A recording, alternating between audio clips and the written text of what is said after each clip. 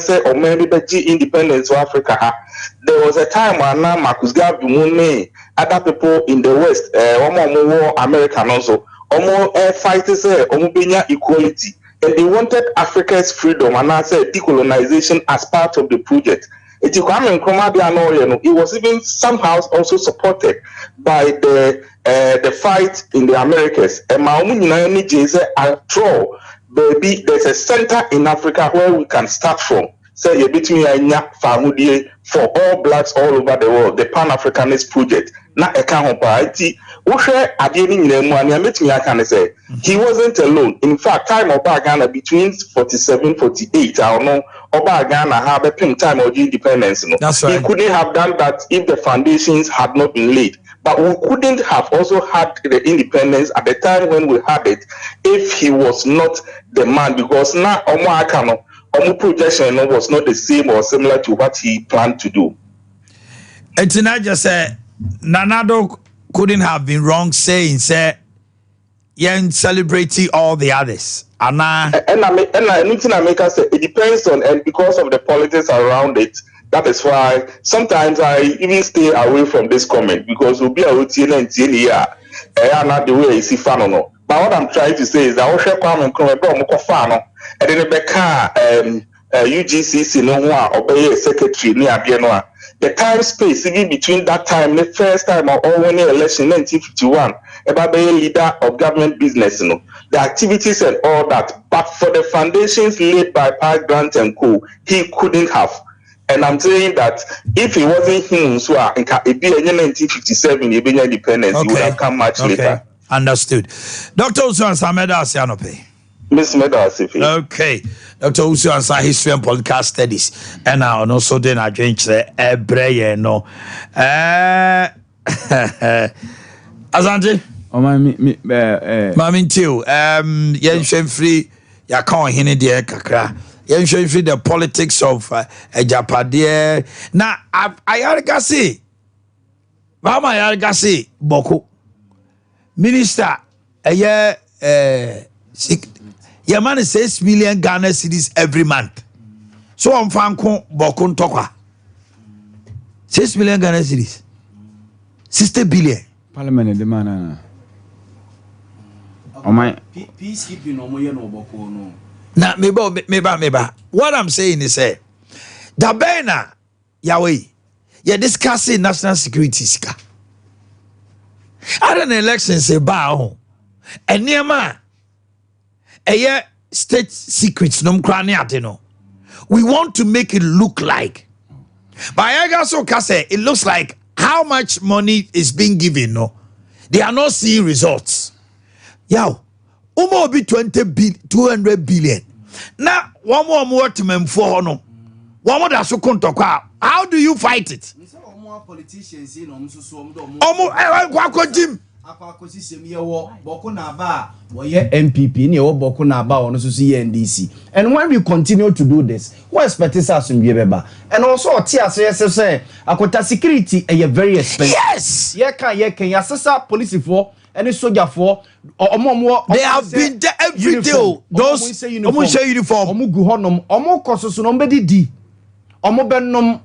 Omo kososo ni ntimi nka nche omo se omo nkonsa pa omo kuta arms. Yes. Can dia beto bullet, ye beto tuo rifles, ammunition. Etuo no fechire na egu ono nya no na ye de bema wo mu because enemy na wo kwa akosia no nim de okuta. Wonim de okuta. So say army o men di ye.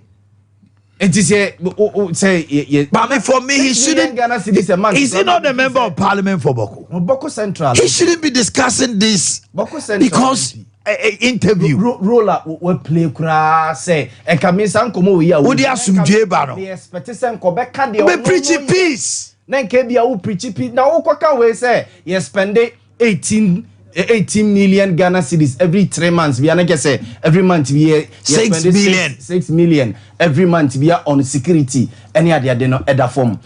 Police phone soldier phone e do makwako go no car o modernam nyina no. But doesn't he get to know sir by saying this crowd he himself he has failed? Nah. Oh boy, asema okay now o de can dia boa na say o can dia.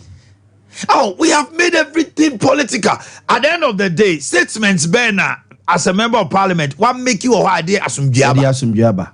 we are Boko Central MP. Dear, no, why you personally? What media Yaba? That is what you should tell the people. I know what's the can you come and throw this native said a Irakanda pass a Sikano so would you? I said, yeah, a binding with Sisika, any a binding yae.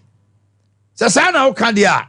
Not for you by saying this, no, it is similarly become as if say we are wasting funds. Yes, in Tienya. Na yenya so Tienya. The Omoya Boko no, a peacekeeping no. Only boys need be police for name. But say Yahweh, don't they call us all the time? They call us all the time. Ubasano pano be udaho.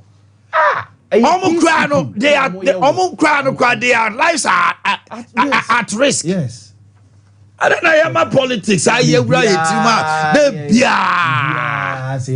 political point. Me as say gum just like. I'm pay you am so about be create region back. Now they am bokufo. You say be friend Kusok region. On my media sa bokun sensem na Ghana for no asebi yeni aye woso ho no. Yeni ana yapiasum dua ibinya. Yapi ntokwa so a ibinya. Me a sebe meti kumasi ana meti south me mintimi mfiri kumasi nko ka je se munya ntokwa. Se mokum ntokwa. Eye mua na mpa mupu masum dua mu benya. Na me 6 million or 10 million 1 million o man eye sebe Ghana for tour no a ye tua no a ye gigi bibu sen fra man so a ye bra yesu no. Se sika na bi na se ye be yes.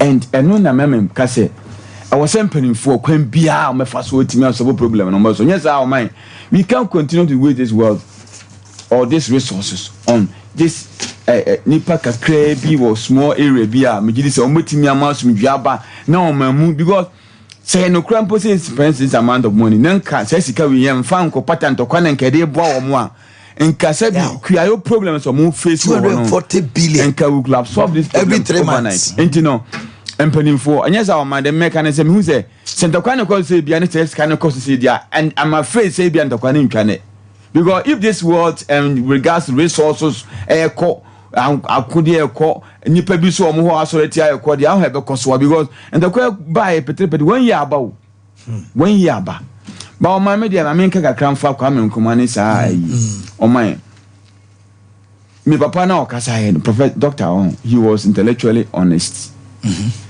What kind of cry room? Because the moment that person as a kotokone has was that ya na has ni ejina na kotokone ejina na so say am go fa ba say am me ejina has say nam ta kotokone has enti maybe ano obi e kan onu ji say the be hit the opponent je obi so ke bia eto asum kakra che say Ghana nya kwame nkruma nko as a so person that one is true.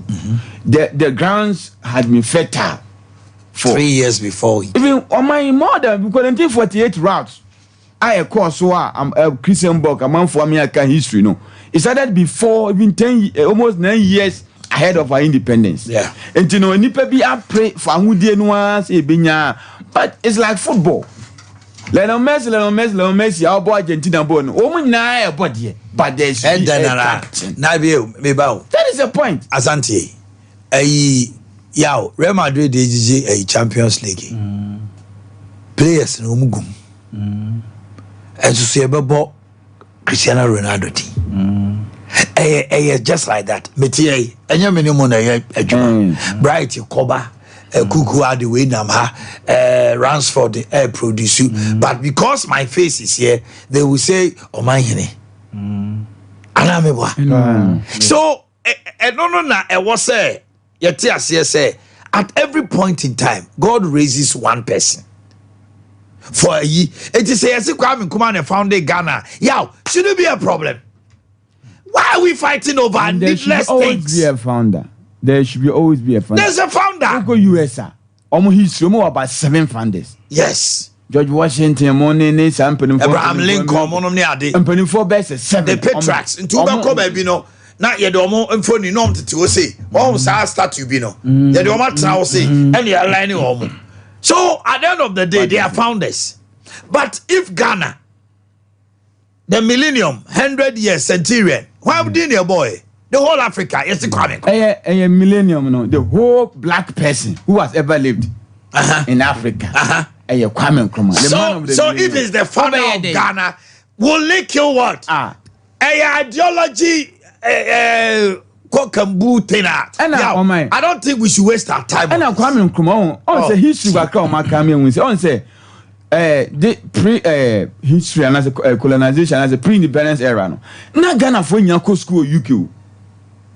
And Kruman Kwani ni baba kwa much nya kwan twa call US or call Pennsylvania University. And there was about Ghana no. Na the UK for nene or no ye because Kruman kwa and now for name Marcus Garvey Mune sa no on your imagining kai now when Nkrumah was a radical. No one we mo adwan ko fa. Say we have to bring the independence to Africa. But now you UK for na kwa India. O me ma fura no mti. Any local council. And the independence, it is independent in the shortest possible time. It is independence now. Say, and you know, we are the workers here in the near future. Say, can be a near future because I'm going to get kind. But I don't know. Obeti me ajeba wa say yenya botre ye ho bo swing. E be so fi say in term do. Yeah, I don't know. Amwaye yeah che kura do che emofo eyi railway line if you western region am say na ko pie pono no the gold box side bibia akoi kakra kai e na ye kutukutu ma business yeah media ensem o mo kan ye ntwa so ba we che on a quick one on this issue na ne nanado unza nanado danko akufo do dey ever since obedi president no sa controversy we was there sir all because of the busuafo be nan a omo ka ho big six no to pe bi di o ma jina recognition the man busu ni wo fa ne papa ne nananom a ne sewa no mo ka ho na ne sewa ton to makra no to president no from 2017 no so we na ye bedi 6 March the 6 March na no o start sa controversy no ma obeka ya Samia Nkrumah ne ba ko bi no ote abrochire no a ye hu ne o ye ne Seku Nkrumah wo mo be gu papa iso ne omo ne twea na no ya mampani na do danko akufo do kosiesie ba bi omo papa ya de na to ne museum omo na be fine so papa na ase open ni monya oje ni monya na free ye papa ho no aso osiesie ba bi omo papa ye de ne to ye ene omo na ba be fine na minim se ene eko omo ne papa ne be sa starting tokwa no Nanado danko akufo do de no eye say na busuafo 9 na ka big six no ope some kind of recognition kakra e de ama wo mu but no ken free SHS mampani dada John Dramani Mama ese wono no start ye no ebini ne wo ken you free SHS mampani dada John Dramani Mama say ono ne start ye ono de buy but in the eyes of Ghana for nim say eye wo mampani akufo wona wo di free SHS buy because mampani dada John Dramani Mama free SHS wo de buy ne wo de no ensunsu ye pina wom wo fi say na mampani dada John Dramani Mama fi say Omanhene ye new stage ye beka se free SHS yen started bam ye nyangum agisi si school dan na wie agisi si dormitory na wie 200 day schools it was 200 community day senior high schools wo si we ansa na ba be start free SHS no but wona na do danko akufo bi Kwame Nkrumah no wo si free SHS now your mama si free SHS in the nearest future no dia who believe say yenye ne ye na ye corner problems ne ba no ye solve the same thing applies to Kwame Nkrumah so I don't for Kwame Nkrumah credit I said wo fafo no ne papa ma no it's the same thing give Nkrumah that credit let's just say Nkrumah is the founder but others also helped but Nkrumah this one they were emphatic yes in previously no kase Nkrumah founded Ghana, but not everybody. But then they were kind of big. The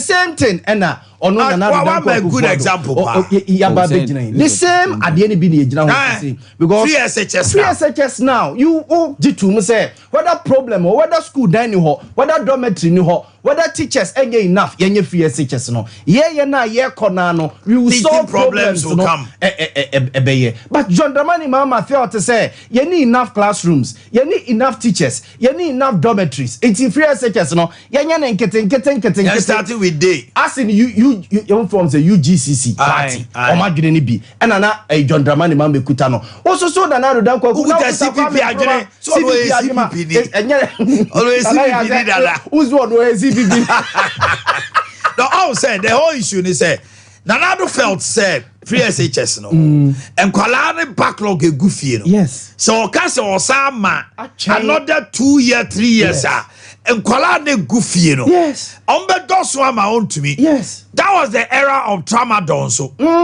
That's that time. Ube kaya na tramadol tramadol sorry no. Yaw tramadol say SHS bowremu. Yanye de debut say no ayira. Yeah. There are certain social vices bia. Free SHS ne buy no. Amfa amey and now say you said dan ka emprewanyi send too much. Now kwala ni nyina kure. O pa kwala akra ne na kwa akotene fie a unya bi. Ube break house girl ne sane ma na first no. And as you see akra no come magazine ho kwala ba be sua adwuma no. And aban no de abrofo de TV tabehim. Yes, and say I difficult. And kwala na least we secondary school. It is oba be sua de pam, oba be sua fita no a oye enlightened yes. O che na de kra won say that dan ni ono no we zero no to na oba no de ni gini de eche no nyina go fast man no de I break band na bro and free SHS ade una na do dan kwa Akufo-Addo we implement it at the time o party for krano mo no nya dweno o ka do kofo ya ka do kofo ka so say o tu mampani Akufo-Addo so chen kakra yen chen na wo so u ka do kofo wonu ade wo fasika fori ataso won tiase say Ade na bi metima tua e ma ne tua onu ani wo fase no mo ne nya dwene you defied omu nyina eko implement free SHS na Ghana for di hu faso ye bodi bata ho ene mampani dada John Dramani Mahama eka ho asem Ghana for nyina sorry o say papa de nko ho na Kwame Nkrumah agene fans kakra na yi every back of voter region na mo interview na I was him said drip no district road implementation of 2015 now mampani your mama a launch present policy hey and as I call you pass mama mampani your mama ono launch ye kan konka ma wo say MPB so is it ayensia no MP young guy emra omode ade ni si wona ogina wona oye video no chechire mo ye de ba ayensia no ne de aba be ye kwan na MPP female MPs no omo ko bron se masa we de meje fans we and omo here video na boys ni bi chirem se o na we honorable we de ye Akufo-Addo project so and I say aye MPs get the approval loan man that's the beauty of democracy. Oh my goodness. So, that's the omo parliament so approval loan na ma President Akufo-Addo a ekwotima nkoto excavator ya ma o akoto divo you see how the way to Oberberg Akufo-Addo shase your mama na shase and atamils dia and he say almost 37 and they go and your mama fa no ho amede na mukwa na atamils dia akota sadia ne ka ho bi ma project say aban bi start no next we na the next government ba on person obeto yes because koya ode ne nse ko kere say enyo na ye we na start ye and we it's as if say your bottom sika ono so be kwa koye ne de no aba beje ho fa ye high ho eno ne a problem aban no anwie na okono na the next party eba no obetime complete amade no eso ban for so ma ye nyina o but ordinary nse ko kan no akwa wie no ya na e beba be ka enyo na ye azanto ka the infamous statement from Dr. Toniedu ka kire Jomama se he no ankoye ono so nya ono so project na ebedru ono no ombe meanwhile no projects no obeka mapenjo mama e make statements so oba projects aka nwura mu nyina no obehwe so obewie but anano na ehu ye from as Dr. Siasari and we found out say majority of the hospitals are omampani Akufo-Addo beto ye waye yes waye sa hey be kwai Kumawu, Konongo, Tepa, Fomina, yeah. Afari, any yet to be commissioned. Sewa yet to be commissioned. Come to my chai. Ubi says he cannot. They come to the sifufro. Oh, yeah, Shesaglemi. And look at the amount of money. Yes. Ghana ya shiri. Ako waste. That was Saglemi. Saglemi is only a receive bids from. Why should we be receiving bids? The question is why? No one any minister no could court. You say court case go say. Omuguso sound to me. And now bet me the ade na kwa with their map private. Meanwhile no as and so be call kati sword omu sibi wo pokuase o kai. And I'm saying na senso ye road minister works and housing no. Sword bi wo pokuase so. I omu see the me wan na ke betimi dia complete Saglemi. Enya no bi na si asokore mampon. Asokore mampon gra no it took Adokufo a snake chairman to maintain the legacy of his brother. Because Enya Adokufo pa na eye board chair. E was senator. Komanzio. Ni nyina ye se onkoko wie de beka so wonye hwe. Ade we ye Rollins, ade we ye Atamels, ade we ye se iti obejanes. Obiaso bottom sika na busua sika no de Ganeska. Eno ne ye ne. Eniema ye jane nwurem ba yaw. Niema ye jade community day senior high school now politicians no my unse man penida da John Dramani mama wo Upper East and me ko unse ba ku bi sesi boko baby o se dey o maja ne sa na residents na wo area ho no me complain say nkomo wie ya kemo mo mane ntwa kwan tenten onko schools wo other communities but o de me emfa ne nsanko ka say okwakwe be ka say mama project mama oye 23 ye ba ya 46 account ya hwan account dia ka no dey ya no bi no hini bi ka ya na do so ngosi I was o ma si amano sa o ma wi amano say excuse no ma wi na I say modern nkura ko gumu no ai so go si na dia na won wo ye panyini wa nti wo ye panyina so ye panyina sempre for me no dia mo kasa o se ne papa na wo ye panyina wo ye tena na so ye ti e ba cho o 80 phone call no mu ni o mo ma na only Ghana for ne kasa 84 do bia no atu e ba cho ma me lawyer Solomon Eboapia MC commander to check come lawyer good morning. Hello. Good morning. Now what to say? Oh, what will you papa no one say? Lawyer Nyamina dum anopai holiday so ye be nda ye some of mine no. Commander Sugar Factory. It has been one of a very controversial factory for 15 almost about 10 years down the lane. Yanyantie say it's been leased to a company for 15 to 20 years. Bebacho, the tea and no crack, why near the man on a home common to say what aroma? Oh, my brother, Mutu Kwanka, maybe a lot of things have happened, but no more background cacao, Commander Sugar Factory. You see, sir, you know, NDC from, I don't know, what did I know? Mr. Fighter, why not general Muhu? Sir, why are you burn some more? I don't know. I don't know with you.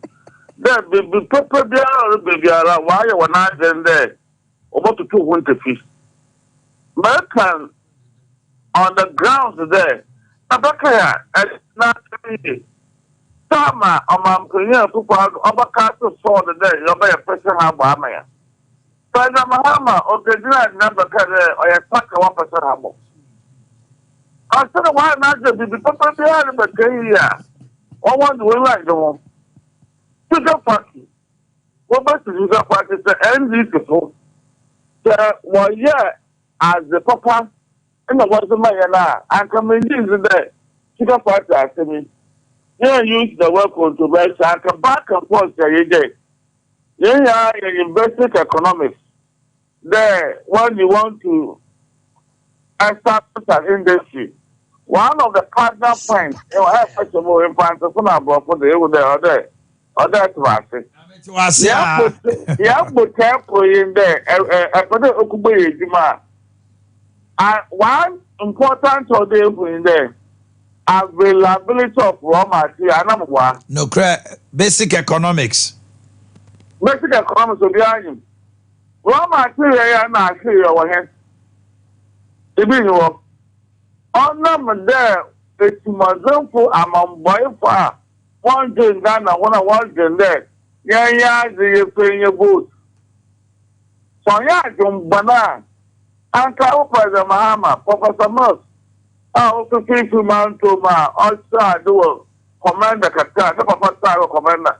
Uncle Aya, Zamaluku, Mofa, and Mimi, and Kaya Patia, Sabu Roma, no, and Kaya Patia, to a Marcino, both on the one carried upside down. See, you water reservoir. And you remember being come, but in the eyes of the public, maybe part someone.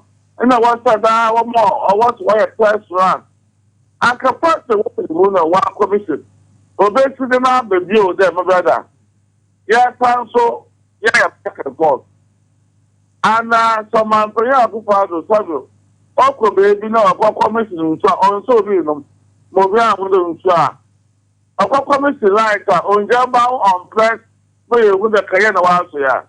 Mama, a commission, you got with it. These are the markets of the visa. Now, let's come home. Sugar factor back and forth. About discussion, and these are basically what we say one value or 38 million US dollars. One value not about 15 or 12 million US dollars. The can't what's the with the from? It's why I was not in the sugar party, one more common, but more commander for the carrier who would oh, my prayer who found the wire you are. Almost see, and why I was in a book process is worth as the year from here. My kind there, since I burned discussion. Oh, yeah, raw material. Now, all over the world, they can lease agreement, lease doesn't tend to ownership. Moment and if they leave you, and I'm asking if they leave you 50 years.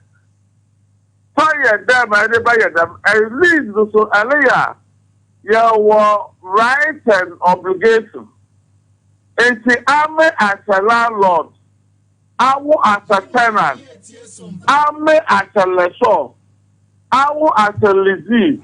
One right and responsibility. Yeah, that's That's right. Now you catch out there. Yeah, they more embroiled to them. Yeah. My client there. Yeah, they more 20 to 50 years. 50 years, yeah, they more. 20 years, run to the party, no, oh, yeah, now, embrace and it is,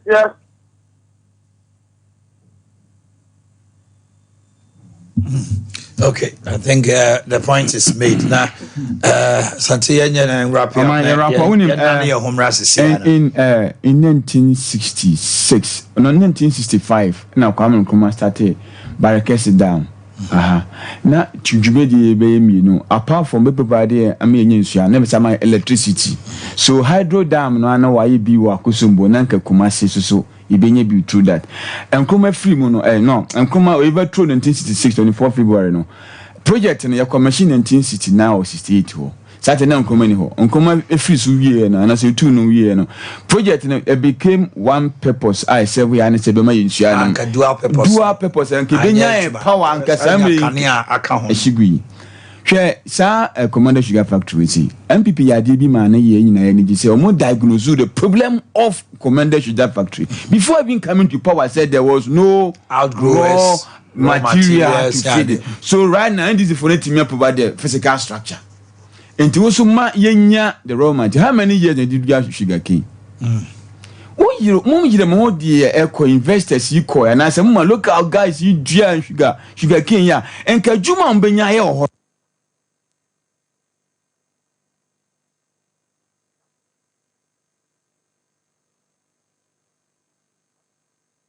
So 10 years na osi kan be si ne yenye ho hwe sei na no kweti ha mo kasa wanti on na ya bo ma o sei yede ayi no ma ayi fo no China fo no India fo no papa woni ni nua na wa beje o sei woni ne wo fa ase o video ni o yesi yede amane no woni ne wo fa ase woni ne busiafo be 15 to 20 years o mra ma meye o ma ye japade na ase ye didi agrosa ana wono kan sei o mai Say, yeah, more be obedient as or in a bush as almost magic.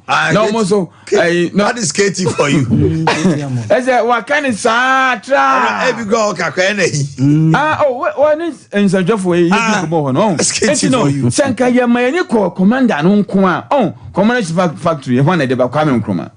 Among say a betting me a boy in 1960 so. Anka said away, and they may be on Kankama because a such a gun account, Bobo more than $100 million a year. Shut up about Bukra. Let's go away. Now, the old crab be a crab, you better Mabuna Juma, when you Juma, you Juma China, because who cranium, what crab bro, what cry and more, what cry, what cry, Venice, a situation. It's a gade crash on my house, a crabby. Yeah, what can, and two better Mabuna woman when you Jumai. Oh, my baby, and your baby magician. So be guy and mother more per jam on my head because the mama importation at 3 and no one may be beer, cry, crano. And it's a fact is almost in China, Ghana for Bako, Honomako, yes, I Ghana have idea. When you're Juman yet, and your mind. And sa idea young company for me has said best 7-8 years ago. And Kagani and Yasu and Faso baby because a bus politician can say you better bench. Let me give you this statistics. 2022 Yaw. Ghana imported $159 million in raw sugar. 159. Yaw. Sichira ye cry 159 million. In raw sugar. 159 million. Brazil kwa ye tia 105 million ma Brazil. Hey. India yema almost 26 million. Morocco yema almost 17.2 million. Nicaragua 4.8 million. Nicaragua. France $2.18 million. Okabomwa 2022 kwa Ghana imported $159 million worth of raw sugar. Sugar. Oh my, 159 million. Now Commander Sugar Factory 8 years next war. And think I crown all the young half of it. Yes, $75 million. And young Timina say yen. Yet to me, getting a name corn. What's your Yamao? Take it. I just almost say yes, I'm on my Ghana, and almost started so much idea when they to start with. My count was some parliament, and I assume if you a woman 2014, I did about Musiano. Never would way I had this whom you not double way near now. I was never about 18 million United States dollars. Startup, no, almost the way the capacity half, no, almost the 18 million. Almost see as almost sense in the year. It's carrying almost the year, no, almost sense in the year. And now, Obuja, how do you go? I go out to the Sabato. I go out to Sanko Pesica. Yeah, about 50 million, 45-50 million Ghana cedis. Yes, I did not want to admit. Would you be able to get on over? That's the way you're seeing class. Where I did it, I disabled. I was only say, yeah. Now I say, I don't know, I don't know what to say. We had to be Pacific and then Kakranga, companies no bad say, yes, now my head somebody, Obama can't one, she say, I Papio Janawe, one in a bush from movie India. No, almost all the Omar head. I said, yeah, and Kakra, Braya Brahone, you know, almost market on between I come, I didn't know, young Hamam, no, may. Didn't I will say, you almost say, I don't think you'd be a Waha. There was a city over there, I think you'd be a again. It's a big one, but I'll tell you, who to say, we say, you're actually like looking at a and I said, you look to me, I am I want your man. Because almost crap, but they are running raw sugar. You know, I got a brown sugar. It could be a while, brown, black, brown, thick. Now, almost processing. However, you're calling me, you say, a two time, maybe, yeah, I guess you didn't know what they are. I don't know, and never say, I said, I almost see everyone. When we do my country, I had the meal, maybe we go back. I think I feel the Ananka said they don't need the basis. Okay. Yeah, Daniel Wabana, Asante, what's it there? Yeah, Olympics, no. Sports say you can crave. No, Olympics, I did because there's the power. On such transgender for no. Bema akwa ne ho oba no. Bema ni bi akutuku no. Aya boxing no. Ma fo say bema waye ne ho oba, ne oba nkoko. Ne say ba ko si ahwe ba ko no 45 seconds pe. Bema waye no. Bema na waye ne ho oba. Enti Olympics no. Ma fo hwehwe ni mu ne abasheboni nti o mo say bema waye ne ho oba, wone oba nyame abo no oba nkoko. E no oba na hwe no. Debi o, oba na bema na waye ne ho oba no. Boa wabo sa be man. Obu oba no. Obrado 46 seconds. Within 46 seconds. Go kuno. Be man aye no oba no. Na say the be man e kobo no. But o say, yan yuntum say o oba. E no obu ni hwena gum. Mienu hwe o mo no. Na say o mo say de adu de o mo de meda sama mpek so mfa nko. Na obo e de akwakwagye. O mienu be ko aba besia. No mu besia. No mu nko omo. So, referee no kra wo di game no. Or say this is not fair. Referee na wo di game no a o gina ring nim bi no say the okay akwa no point na o be ma pe to bo ba. Or say this is not fair. Maybe mu member. Opinion. Maybe bu member. The baby bu member. Your ba no abu bema. Where your bema no adani oba. Technical, you know. What was the BIA or bar? Debbie, transgender.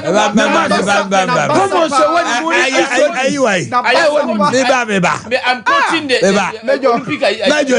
Major retire. We are Bassa Bema. Now you're Bema so bar. Eh, Honamani the attitude. Wakuta Bema Jean. Debbie, just Okuta Bema Gia. But no, Japadi or by Japadi. Oh, as a sign, as a son of transgender. The other day, yes, Ocean James in the moa or a memma dear no war a maddy. Name Otia Sebi a maddy. Otia Bema dear. So Oshe the Biania the idea. No, my yaman I or Bamum. Tia Bema dear. Okay, now Bakuna. The BBI your bar. But our member G. Or the G no or X and Y Nina, X and Y. But a man at the end of also. A man at the end of also in Otia. But the other one now, the only the Omayan or Bema to Obane. There's only a two. And yes, I too. Yes, no one didn't know.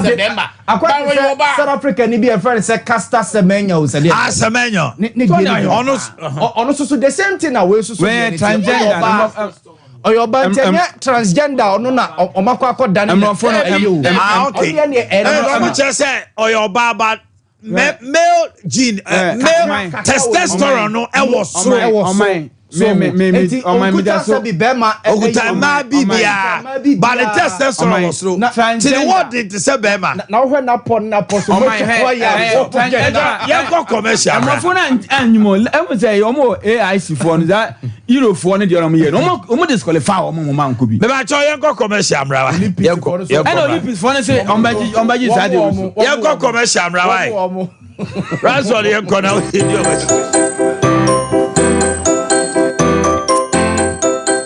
Beer. Amen. Fufuri yet down. Me pocho balance na wakan. Fama mo wo fufuru. Kwajo ye wo fufu tintintimo. Eye Kennedy. Fufu machine. Ani ye de adwuma wa. Machine pani. Ba wo se fufu ne nei wo ba ye ante. Me do ko Kennedy digital satellite. E wo wata. Wo benya de wo de be wo fufu fi wate. Kennedy digital satellite na me ka ho asem no. Ahani o. Fufu pounding machine na make no enunini Uba Kennedy digital satellite nyama obenya bia atoni commercial fufu machine, flat screen TV, washing machine, electric and gas cookers, deep freezers, fridges, industrial sewing machines, air conditioners, any home theaters. Uba wager old barrier yawo a traffic light na sepe opposite Kokwabite junction Kaswa road na say on number no 0243 074 750 say Kumasi Swa Eduma family plaza say Patata Swa Adum House opposite police depot number 0244 385 128 Kennedy digital satellite. Electronics papa. Effie. Mommy. Yes, my daughter. I didn't know property washing machine. And your papa said, "It's your dear come sin in tenso. Now some from we in the Mienswa. A shimu kama. Telling me a metal property washing machine. Sa, be a zebra. But yeah, what the ice cream game in South. Mommy, I didn't know property free. A Chilean casa. And to the addition more and say a bottle wine. And train in a munkania. And I want to swat a papa. Hey, I don't want any say. Property air conditioner, no, fantastic. Daddy, I didn't know property and conditioner. Property air conditioner, who saw ya and them high. I said that a special compressor, they are shame. It's a money dance. And the net I can't tell anymore. It's in foot trunk. Daddy, I didn't know worry, mommy. So we pedu do it to a Fretoni sack, our Accra Spintex, and answer Kumase Fretoni sack, our Doom a Bay Methodist Church. Property. Papa Preco. The ones that now from toothbrush no. Why and toothbrush no. Ninya Ashford. Nah, Nina Ashford dear. Not so evident no way. Who that the evidence bang? And then Ninya Ashford toothbrush. Oh, sweetheart. Ashford toothbrushes no. You want different types. Share Abena de Yamoku, Ashford Princess, and Obra could do the so Ashford Galaxy. What the Naira so Ashford Evident. Media so Ashford Executive, and now media no so Ashford Friendly. Without Ashford toothbrush. My dear, Ashford toothbrushes are who do dear.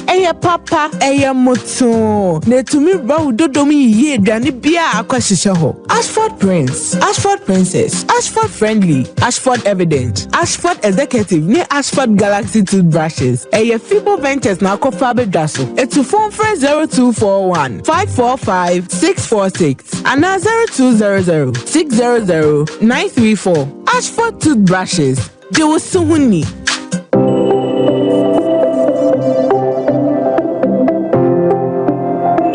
Rise and shine with Yas toothpaste and Yas toothbrush. Start today off right by grabbing your Yas toothbrush and squeeze a refreshing dab of Yas toothpaste on it. With its soft bristles, the Yas toothbrush gently cleans your teeth and gums, giving you a comfortable brushing experience. As you brush, feel the powerful formula of Yas toothpaste working its magic, removing every stain in the cavity and leaving your teeth sparkling and fresh. Plus, Yas toothpaste helps make your teeth whiter and protect your gums, keeping them healthy and strong.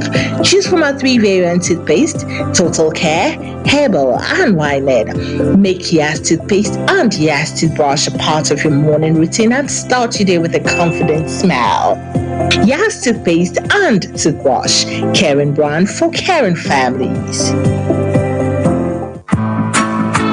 What fish someone you would know. And the man who say I can once a moon. Who cast up a packet see and no baha, none nasa tataya, or casano didn't sakatano.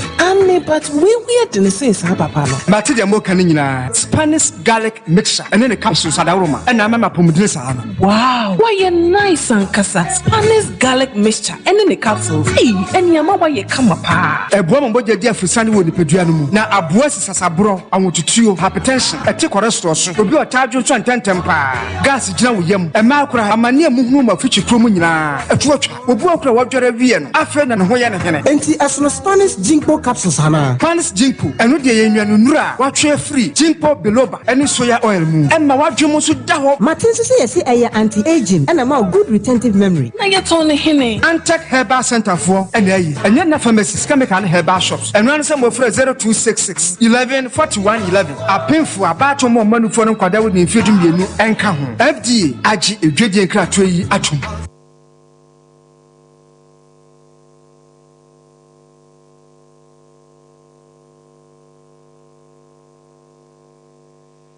Yene banjo chen komo ewia Major retired Derek Odro Fia, former member of parliament and deputy minister for defense Ewofia.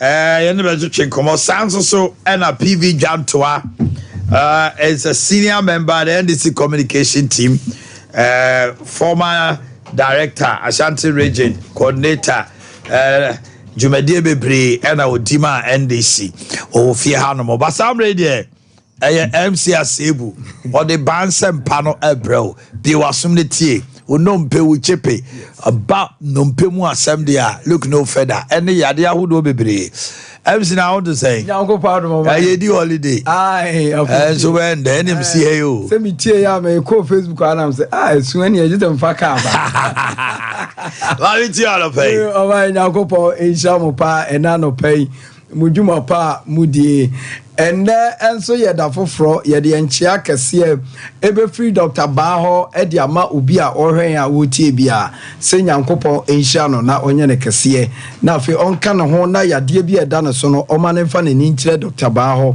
na afi omra na yade bia na eda ne so no yentu ase emfiri ne so ene de eye me babema ba ko me ba wotoso mienu ene ye me bai na woda pa any birthday enti na me fasa akwanya we so na ma we hye me second born eye freezer ado mensa na ado no ende eye ne birthday oko school Great Osei Tutu International School e wo Chinyase enti na anopai Fraser ado o papa me we show happy birthday nyankopon insha no onye okese no ma me penimpa afefiriwa na nenso eye me sofo ma me lady pastor eye Sisiria owusu ansa eye Great Expectation Ministry International eye Gem Chapel eho ana ye sofo ma me owo ene enso ye mama si ne birthday eti mama enenso MC Asebu me we show happy birthday nyankopon insha na wunyuma pa ene wakoma pa no onkoso a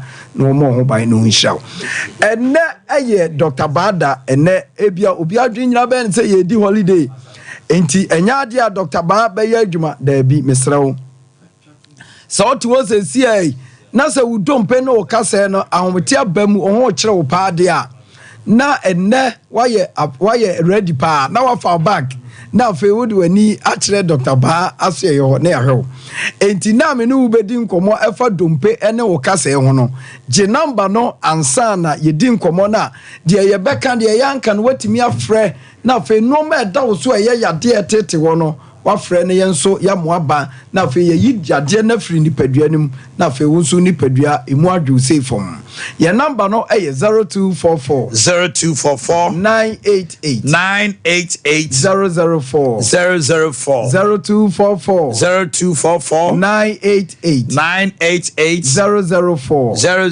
and ye was 0244 08 34 82 0244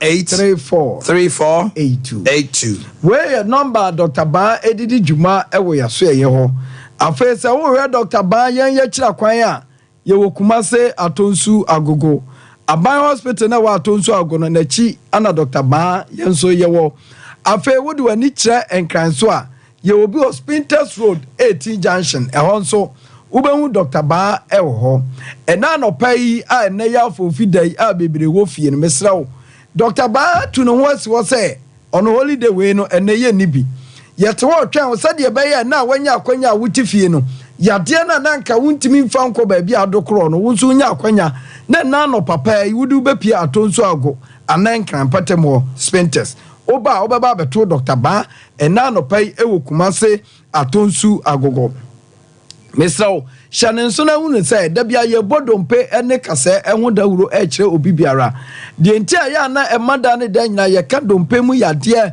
eni dompe mu haw ne amane ne nkwanhia no eme nkrofo bebre enya aso say yade ase yade ba dompe ana kase ho a emenipa bebre bre ewo nipaduanum ebre wo abrabo no ebre wo asetenanim enti abre bia first no na nke nipa ebia wo ko anim 70 afe na no wati se dompe ne kase na afe ohaw ne amane ye hyase ebam nanso enne ya mene wo kase enam ye didie ye nom ye koye ba yade awodo atiti nipanti amenne yade abo awura dompe ne kase nim amena me no wo kase mesi obi wo 14 years 15 20 years obeba ya so e wona ni dompe ene ne kase mu yade abamu amane ho kire no enti no na ya na ye pesa wo hye ne nso hunu se sesi a Dr. Baah dia habaya ba chese enne ebo nipadua omo dompe no omo kasa ne yade abamu titi omo de a eye omo ye yesasabro nti ensuo to kakra awoba na nipadua ni hunu amane na ne honam ne dompe ne kasa no emututu no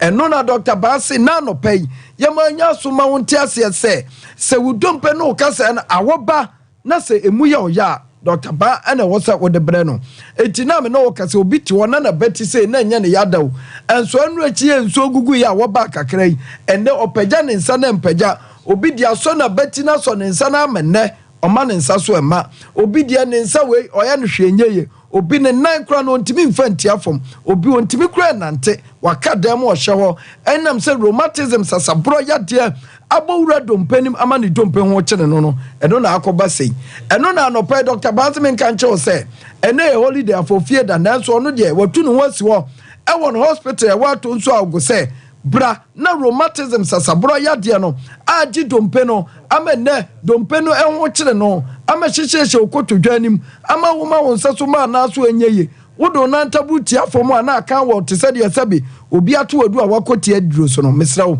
eye yade eye sasabro no ana awura nipadua no awura kasa ni dompenim ama dompene ne kasa ne ho kyere no eti se nesenka obeya sutie pa na obeji Dr. Baasem a ye kan dia na ka wodo sasabro rheumatism no ebepie Dr. Baawa ankene ubenya ahoto no wanya afa ahodie eti mesra obi a ore wotie se onfa yade friend rheumatism ana sasabro no onfa mla Dr. Baawa na yentu ase ema no ene ebia wo ma mi bi wo papa bi ebia ni daso asa yade da ne so ane se da ba na beko eye stroke yade mi stroke na agi ni padua boso amenne wo namu ne wo nsam nyina agogo ama nante ho ayede ama wo no eye yade ba ni padua ne so ahomete pa ana sesi stroke yade ni nim se manya mfie se ana manya mfie se eti wo se nipa re na didie mu ye ni ere na bibi koso wo ni padua ni mu a ubetu na mon na adu ani be kire Dr. Baho ni ere nipadua ni mahunu adekora ekoso na nkofa stroke yade amedan amhunhura mane nenne se bia mfumso bi aba ama sa yade na stroke na bedan ama nantie kura ho yade ama amenne won sada ho sebe wano achi a eno na Dr. Basi na no pa yema won tie se ahaban wo ho ahaban tumi wo mu ode sa yade stroke afri nipadua ne so ode biabie ntini na mu agugu a no mantimi mfamu ama ntini na mu asisie no ode ahaban adro no wurawura mu amefe moja na timi adi afusane ama wuntini na timi aye adwuma ama nantie a enwa ye den ene wonsa eda ho ama nne wa ye mbre ni nyina no ye yisa no mani nyina afiri wo so ni nyina ya haban ane edidi dwuma ewo ya so ye enti na no pai se wu tie me na wo hwe me na se wo papa bi wo nua bi wo ofa bi o maami bi ade eda ne so ye stroke ni ade na eda ne so a ena no pai pagya no na fa ne bra Dr. Baho hunu mobo na nso boa no se de be ya yade ni ba akufo yade timi ye obi a ene no no stroke aye na boa no se de be ya obema ne dia benya ayaresa no no so mire bibi to a ono so anya hoden sabe no watimi aboa wo enti fa maami no nua bi no e ma ne wonye wahi enkasa odi na china bre ana ade ba bi abetie bi apese okoda bi yade nya wo pa unhu sa yade ne so ayi enti na Dr. Basi e bi a wachina bre wanante abre wudu stroke yade na no numra enkwa anidaso ba bi anidaso wo no eye Baah Herbal hospital yi okuma se atonso ago fo ani kire ho na fe yenhwew ema stroke yade no emfiri wo so ena me no wo kasa diabetes yade ha nipa bebre enti ama nipa bebre o mon kasa no mdom pa asai enam diabetes nti hyene so na hu se diabetes yade no se wo transfer ma ne ka nipadua na betimi asai udompe ena o kasa ebetimi ha nipadua no bebre ebetimi am wani kura asai se bi betimi am yatwa wo nan enti hyene so na hu se wo asiche yade diabetes no na se wo de akina bre wununum no still ba bi e wa na wa ena Dr. Basi brania mu abibidro na wo sugar na awuri kosoro da ne dan nyina no yama ne meda no mama na afa nipadua no entimi nya no fa hodie no entimi ntrasasi so enidi ma na ninye ema asumdwe emra ni nipaduam enti na no pai de meka chon se na ya afofia ni kire Dr. Baho na wo maame wo papa diabetes no yade na da ne so no omra ne ma na bibidro na emfiri ne so ena obi kotodwam yade etete na ha no pa amen na nante akura ho akwatwe ama no ontimi nante ena me no kase waka abrosa so se be yanko besi from kraya asem ye tam na maame pani papa pani gise bona bomo ne yedina besi abonten ontimi nante enkosi da ben ana obetimi ahwe ho yade amana sie enti na se okotodwe na ye wo ya me se baabi a ye bodawuro ka kire wo no eye Dr. Baah enti anopa ya mi firi ha kwai Dr. Baah okumanse atonso ago otwan wo se fa okotodwe mu yade ni nyina fa bedan no ni entu asem fa aban sa yade na fa wu nipadua emunyo enti na anopa obagie e number no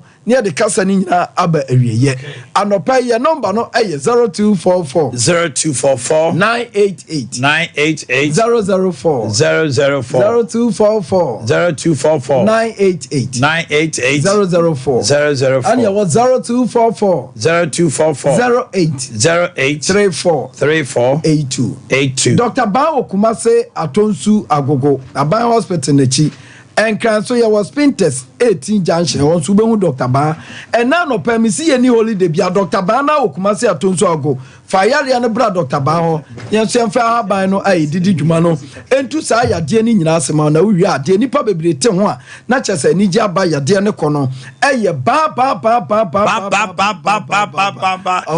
abongo chia pa ho meet ensia ewo kasafidie so na yeto adwumadie no so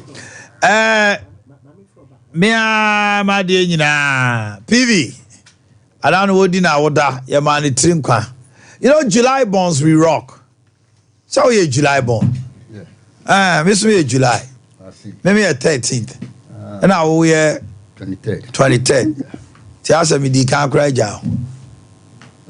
Month no mi di kan ja. This no. Dem fie ni dey say am ni. O ka di kan ja. Is your ko animo? Is what he say? Yes, me di 60. Next year abenya aduosia. Yeah. I would make gas or your small boy.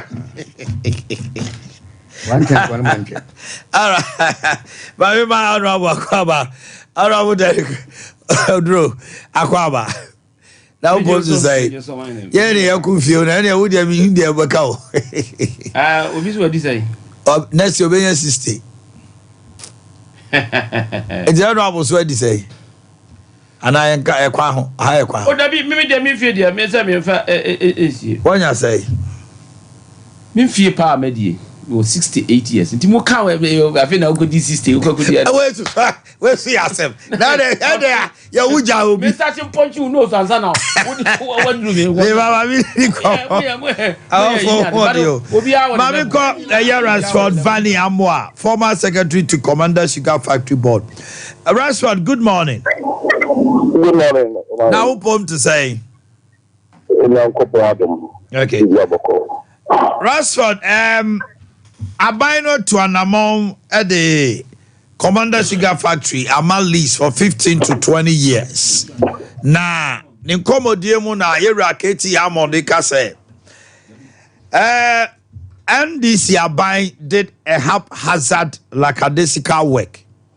Factory no musini kra no boat and not no mne adena madane dane chire enema bebre ne o amanye de wo senka moye outgrowers are na wo senka omutimi ema omudua raw materials which is sugar no omantiment hu anamo ene hu kro ne ba bebre ti ene no NDC did not do due diligence and good work eno na ama ho kire aba na mom sisi ade omo de ama an Indian company for 15 to 20 years.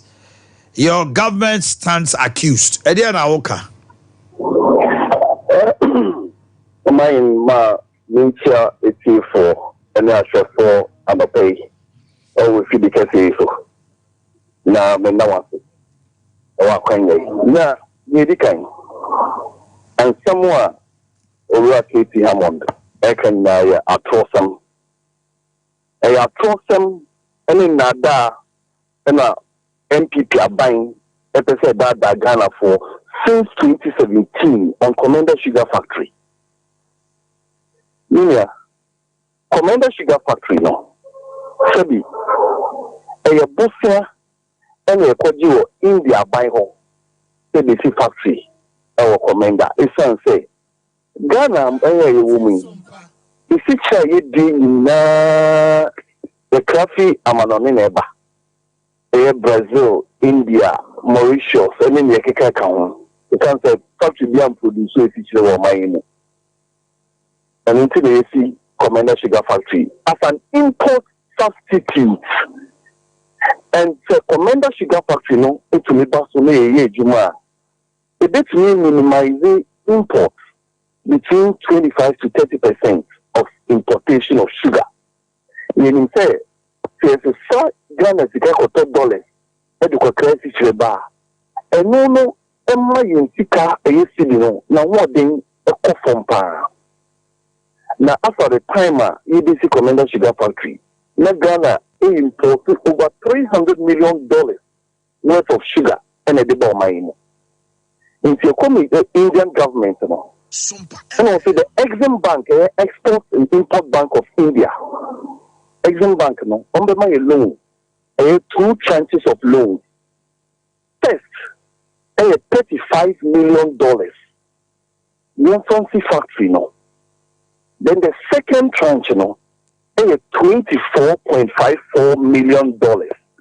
And also, one family, I should be a Pambua, if you are forming the Ashudian baby, send me to me, ama ye production, ye being a consistent supply of sugar cane. You see, Omanhene, also project to be also no, the Obeya, your project consultant, and son of work contractor. Consultant, only supervisory contractor, a Juma or ye.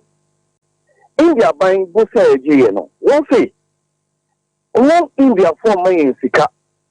All the Bosa Yachadi, I said, oh, my Bosia, nay, and found Koma, said the Chinese for, and I Brazil for me, and I say any other country, or national, or be super cinema.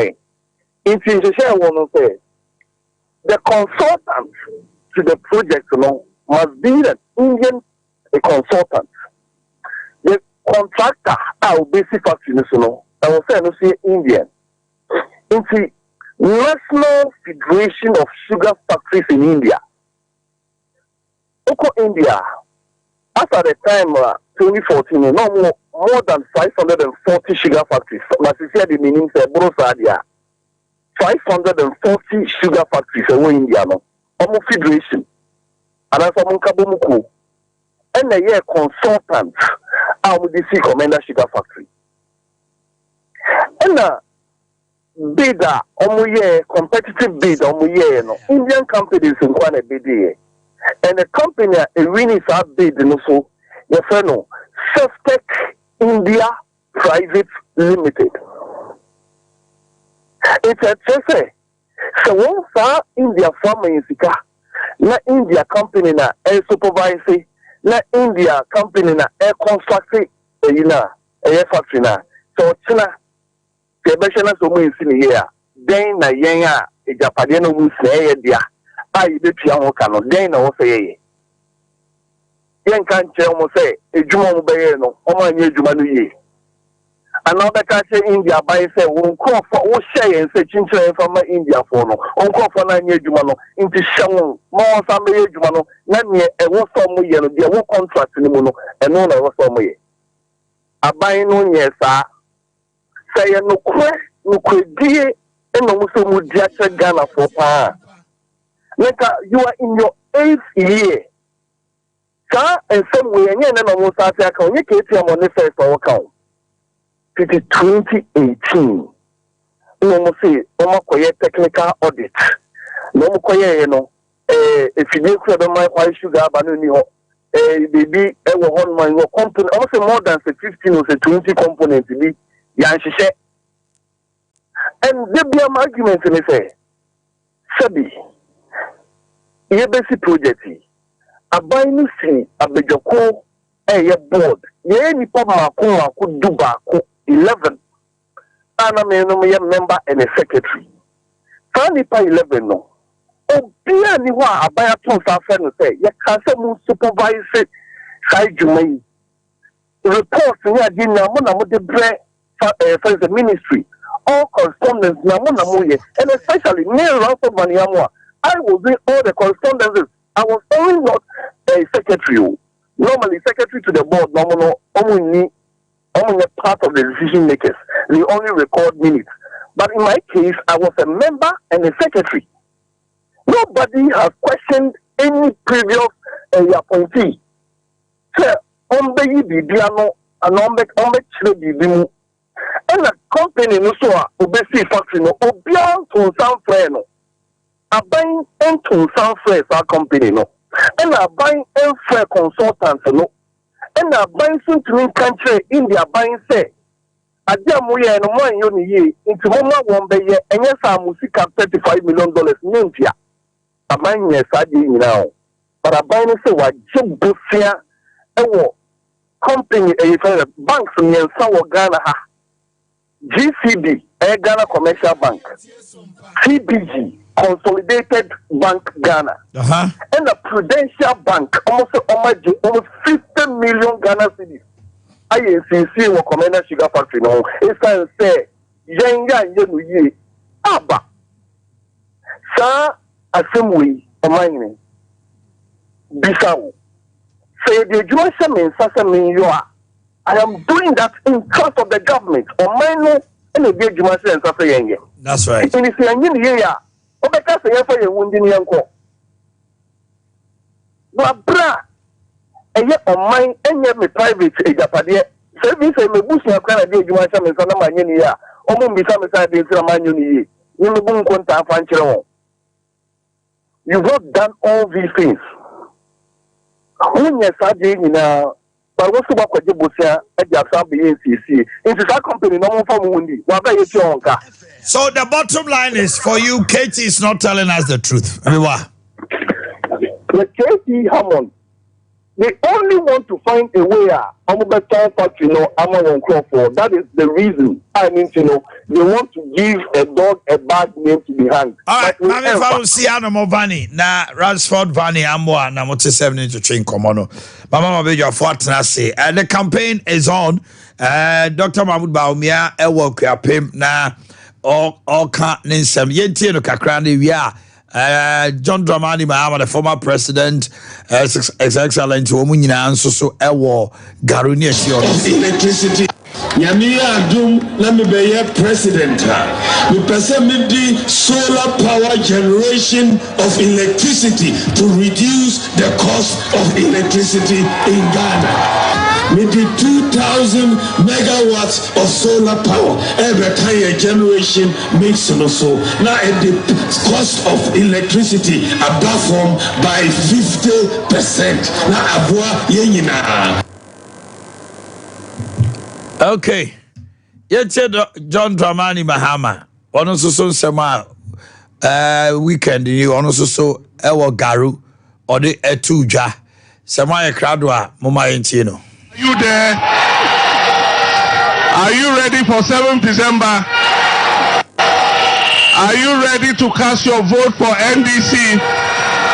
Let me see your hand. Let me see your hand. Thank you very much. Thank you very much. Thank you very much. NPP have adopted a strategy. Because they know elections are coming, they've taken some of their candidates who are going to stand and they've given them positions in government so that they'll do what? They'll get resources and money to come and influence you to vote for them. That money they are bringing is your money. If they bring it, collect it and chop it.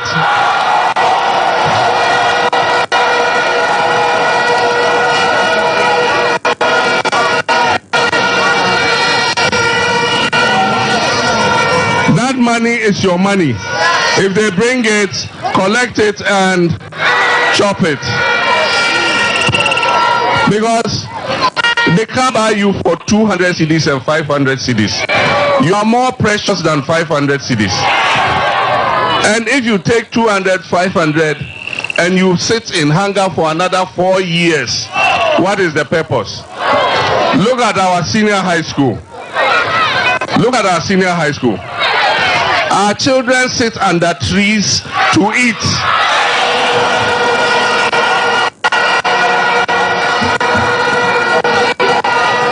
Okay. Yatwa, once again, Memo Akwaba. Happy Founders Day. Yan right the end the holiday. Now on Monday in Catade in the show. Come see to be our boys here. Yes, my brother. I'm sure. So be aboko there. I'm sure opening you know. Okay. William Sam said somewhere last I told you say. A bear and a kufado. The years na mzena 1 year na mam sana last year. They ain't check it. The fancy can a man on cotton fee. Time on one can say yen train government now or ban. He checked that as president, I think somewhere last year. He checked out? Yes. Because you see the kind of statement in recent times, I can't phantom of it. What do a man better crisis with? What was some joke? And in any case, when I can't say, no, I'm not saying for JB Dankwan, part will play Ghana, a friend independence. And if you want to recognize or more play part, listen, an equal part where you're sincere, where you're honest, he can leave out R.S. Blay.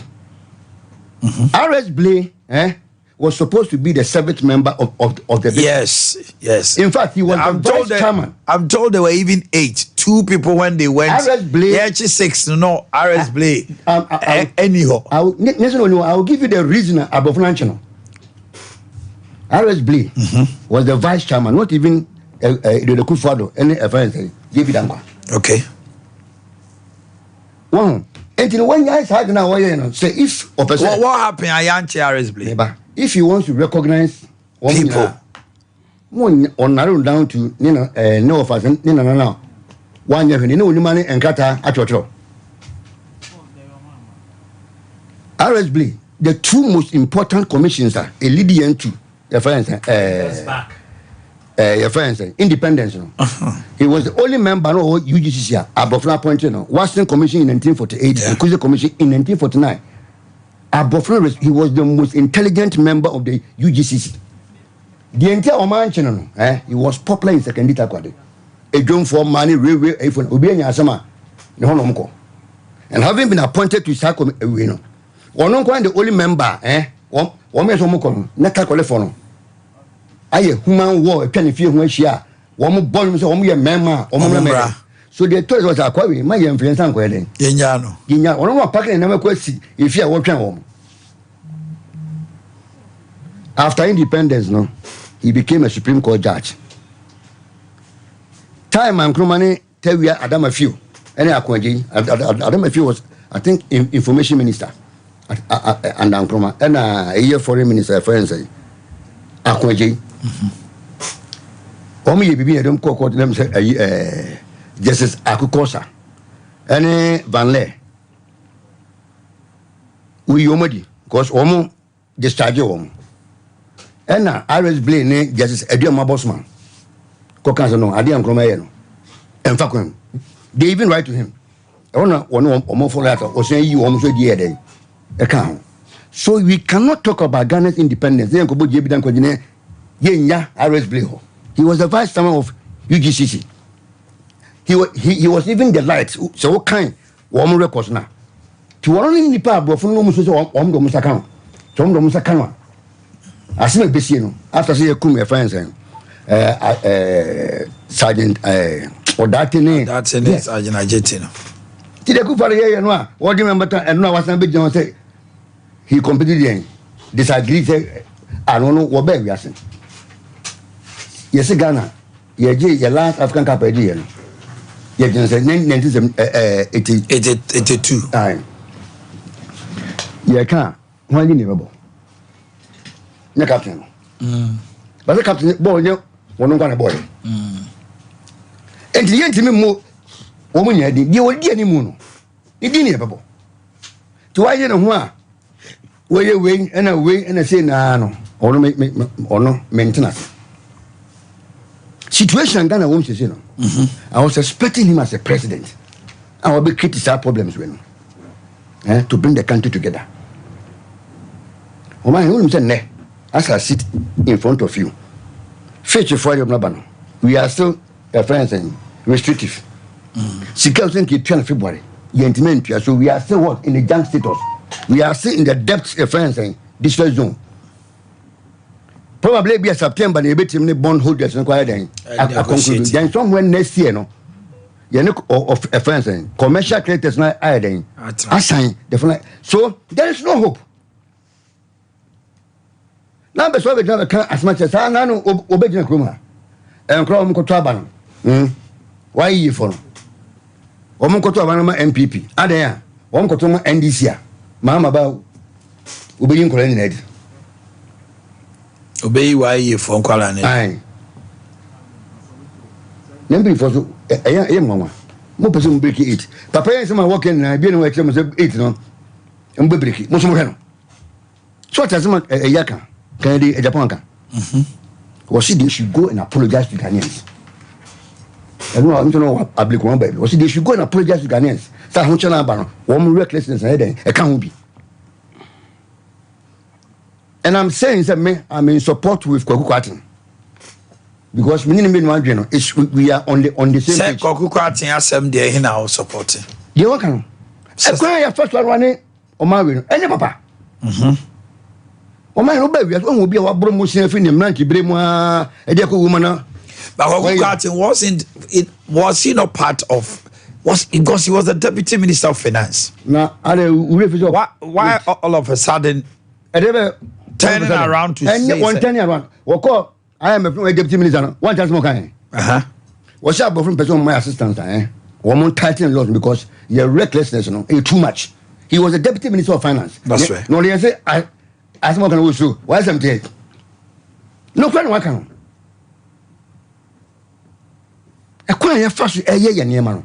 And first will be any so. Katie Amos and some of your account. Were accommodated minister. So, my country. Katie Amos. Oh, come on. Wait. And someone would know what kind of problem better solve. And no, they ended for call. You could say a friend, commercial factory. 30 million price no so. Dear no, what much you don't call you can. Obey me, said, again, what you must start here. What do you call you? The cement don't kick in, and no, Devon about home. Cement and no way, you know. Obesa is obey import then they dinner. He not next to nothing. They should take him out. The problem like trade minister, any Katie Amo. Need him in that doesn't make him so obey my trade minister. Never three obey minister. What didn't say Kenyan? One shade you, baby, what my could do. Obesa is import bill, and no, is his name. What is meant? Everybody see. If you want to regularize, say, cement now, you should first talk about cement production, local production. When you make money hinter, you have Pozzolana cement. Why can't you focus attention on Pozzolana cement? Yeah, the Pozzolana cement. Yes, and make and catch up over here inside. DRI. If you can't use our local raw materials, pack your things and go. Connect the cover the money. I'll be Jamaica. I say will be Adani but what do you make and someone channel pay? Situation a woman, we doesn't require Sanimago. At this time, you find a common ground. And we say, look, we are winning, we should be to my winning. Yet the car in Timpia. Agreements you call air confirm say, can't call ya won't be my requirement. Bako is moving into the next year. Say, so if you have sense, Nemana Yaka can say no, and you know one time was second. We should prepare ourselves in such a way that whoever takes over, whoever takes over will be able to do something. That's how I say, who can say, will be there. Now, in any case, Michael Farkas said he is coming to protect the national person. Obana abandoned this guy idea of why does it take you 8 years to do this? 8 good years. And I can say, a hospital be one say hospital can above 50%. Does it take you 8 years to complete? So for you think still you could have done it earlier. Because Kumawu, they raised the concern, said the amount of money that was negotiated, it was 45% complete, but completed, but Nasi Kanasa. So he had to go to Crown County in UK to source for about 35 million to come and complete it. Now, was he expecting me to go and look for additional funds? And we see, it's like echoing the problem back to me. And me finally. You were called to solve the problem. I told what you know in certain saying one song one you have been one. Your family Diana. To re-echo the problems to us. No? Yeah, finally. We've given you the mandate. We get the 2 million amount. Who team could you name? Ain't no team fair player. No team no. What no mandate you can't be. So yeah, what can I say? I was so this can be me. Yeah, I mean. Yeah, to about man to come and re-echo the problems to us. Obi Tisha say you can do it. What about say there's no need to go and borrow. You tore all the roads and build the roads. You've closed down, you shut down road the toll for over 2 years. And the sensible thing is that about we say yes, I could bushia, and the baron with the toll boots in and son of it must say you. I believe because I'm saying who I say. You can't any magana for here. Near be you. Me and this time, say, Omanhene Yaw, we should have found a common ground. Any committee say, yeah, politicians, let's discuss. Whoever takes over. Anything. Omanhene Yaw. Who didn't go to baby? At least, now invest and quite and say, whoever takes over, I can work with him. But I'm confident or me ready. Can home member? We can't wait. No, we are to her. No, we are, you say. They have no shame. Never before. Shame will be a new manager. The shame will manage to answer me in common car. Concerning the Commander Sugar Factory and for 8 years, I didn't see her. So there be a prosecute him. The annual that's why we've given you the mandate. Yenny. Okay, a been ambulance and me. When you say big offense and say big C for Ghana agreement, still valid. It has not been cancelled. And the big C, my issue is the big C were ready to pay 2.7 million for whatever done. Why did the Attorney General not accept that? Now that case is over. Yes. And I mean, what because Supreme Court? Well, let's wait and because see. You are on record. Second in the who will Supreme Court judges in the field? Go for damn no crime no one. We couldn't win mass. For who no unim, a human one tears or tears unim. Attorney General, and so quarter, I was so deep when I was already would default. You are the Minister for Justice. This is a man opening the case quarter. So some of the for what I mean before. Now when you say ya attention a burden, a bedina. Now there was a say, and I'll say, Ubin can be more. Now, it's not a good case. Why was he in contact with a friend in Japa? Omanhene make dosro. If free abrofo you know be di Attorney General. Na nkroma ohoro. Ansa na first Ghanaian home friend Odo emails. Alaji Bashir Kwaswanzi, Joe Randolph, NYB Ade Victor Usu. So listen, go and check the list of lawyers experience. You didn't should be appointed woman, a friend there. Attorney General. Jugate mo. In recent times, Ayikwe Ubed Samoa. A friend say. Even Henrietta Brew recently, yes. and Gloria Kufu. And they forgotten. So we change no blue power. You bet my mabuma. Ne Ivory Coast for Nyasa Sea Land Adiano. It was Gloria Kufu and Henrietta Brew. No man yeah, Papa. So I don't mean example my. I na edumani ho. Between 2020 and 2022, 2 million Ghanaians, according to Ghana Statistical Service, have been pushed into poverty at Adino. The Commander Sugar Factory, boy, because as I just laid out, I was checking the 2023 sugar and confectionery importation. It is risen from 159 to 181 million dollars. Now, imports alone on sugar and sugar confectionaries. Because I do my one tears. Oh, factory sure. Wait my own baby. I met my head in less than 2 years. You want to stop sugar importation, Alambwa. No, we heading. It's you. As I say, Maminko, Honorable Major retired Honambra. Major, I'm around check. You didn't come over about mine on Pumptio ne cancro. I'm so what ye PV Janto. I'm in you. My name is Darcy. Mechia or more area. Bopany be mammy. PV Janto. PV Janto.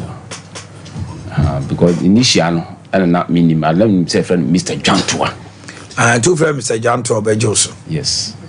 Into Mr. Jantua. Marchi, Aquaba. Sand there was a cow dressing a papaya or tihui. Michia papaya or tihui. Monsieur Openina or also penny. Yes, Hakurani cano. Okay. Penny out tihui. So, a Santa Casano. So, can the one ya. What did you be at him? I was no with him, sir. What did you be at him? Omanhene Yaw, Michel, Tifo. Now, Menchia Openina or tihui. What is wrong with that? Let me say. Mumidi. So we are not one chassia. I mean, the beauty of the show, you say, what Bob will be D. So chassia. No, why about Ryan Chia will be all outside. And to dinner, one more officer. No penny, what you wait, dear. Yeah, I don't know. I do what your bonny D. Debbie, I know him say, but better me draw. That is where I am starting from. Nana. Yeah, Nana, what you wait. Nana ya wati na wampe. Yeah. Uti say the baby kokasa. Ebia na o mini bone. Let's move on. Come on. I want to make my no start here. Let's move on. Politics of insult. Oh, I don't just think, because I don't think he and there be I'm moving on the different tangents. Okay. Politics of insult. Why Ghana?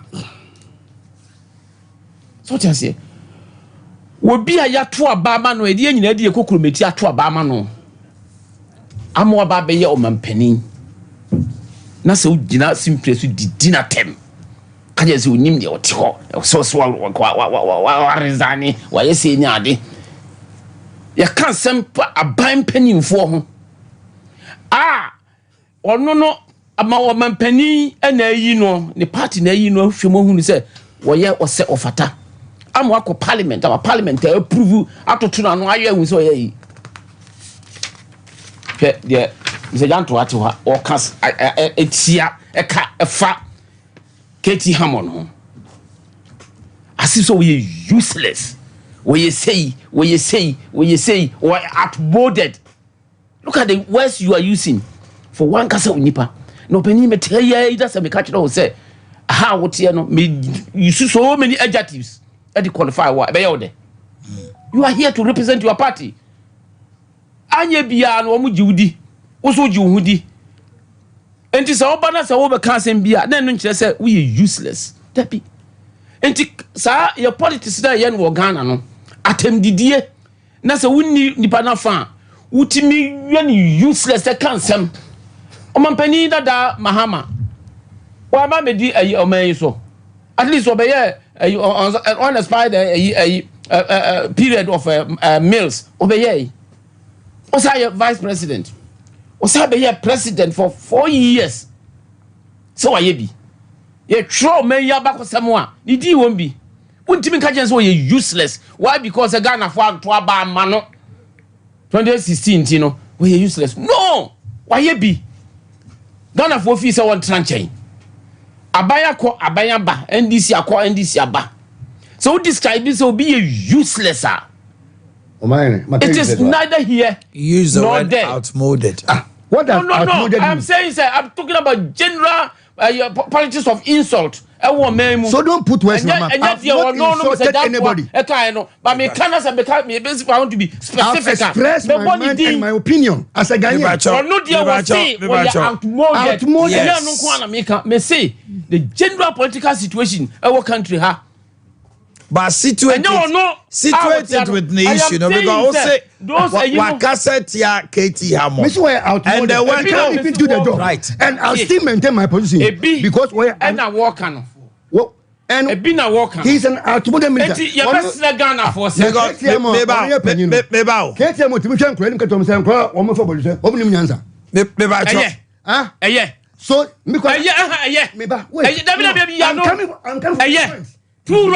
does it make any right? Wait, me.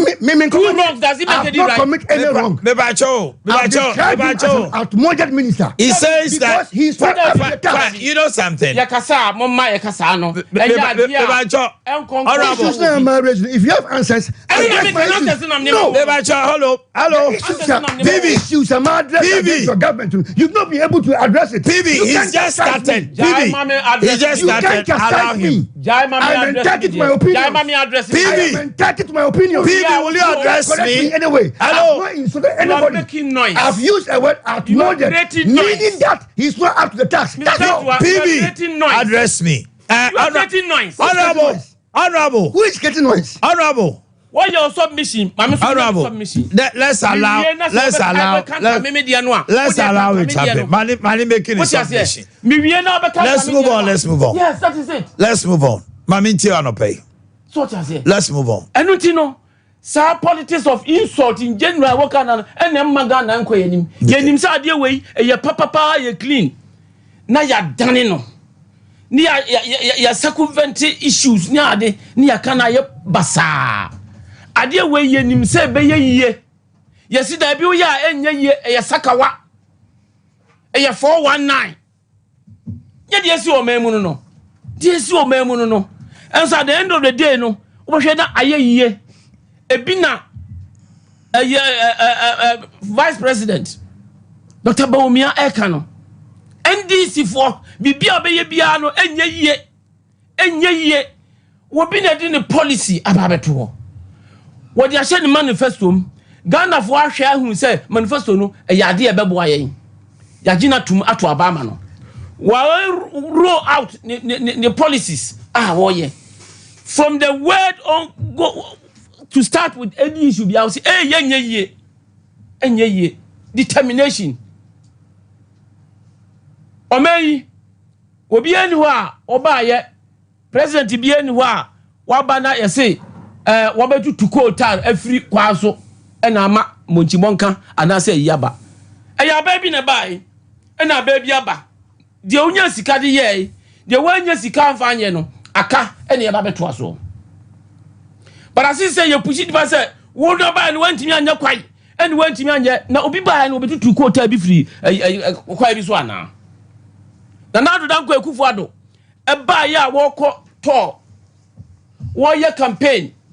Almost your quine yet, the Okai and he said, you see, I are quite in now. Why corridor road? All the roads, you are publishing book down there. But what who say? There are so many roads. I will not say, and yea, or come bia will be the quine as and the man. As a man, former President Mama Kacheno, so now comes no order. Now order. Meanwhile, what be your president, your 12 man, and you're quine a gun a problem.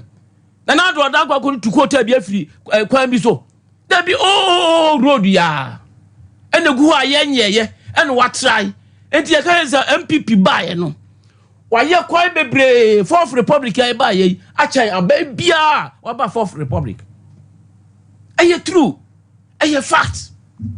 So what you say?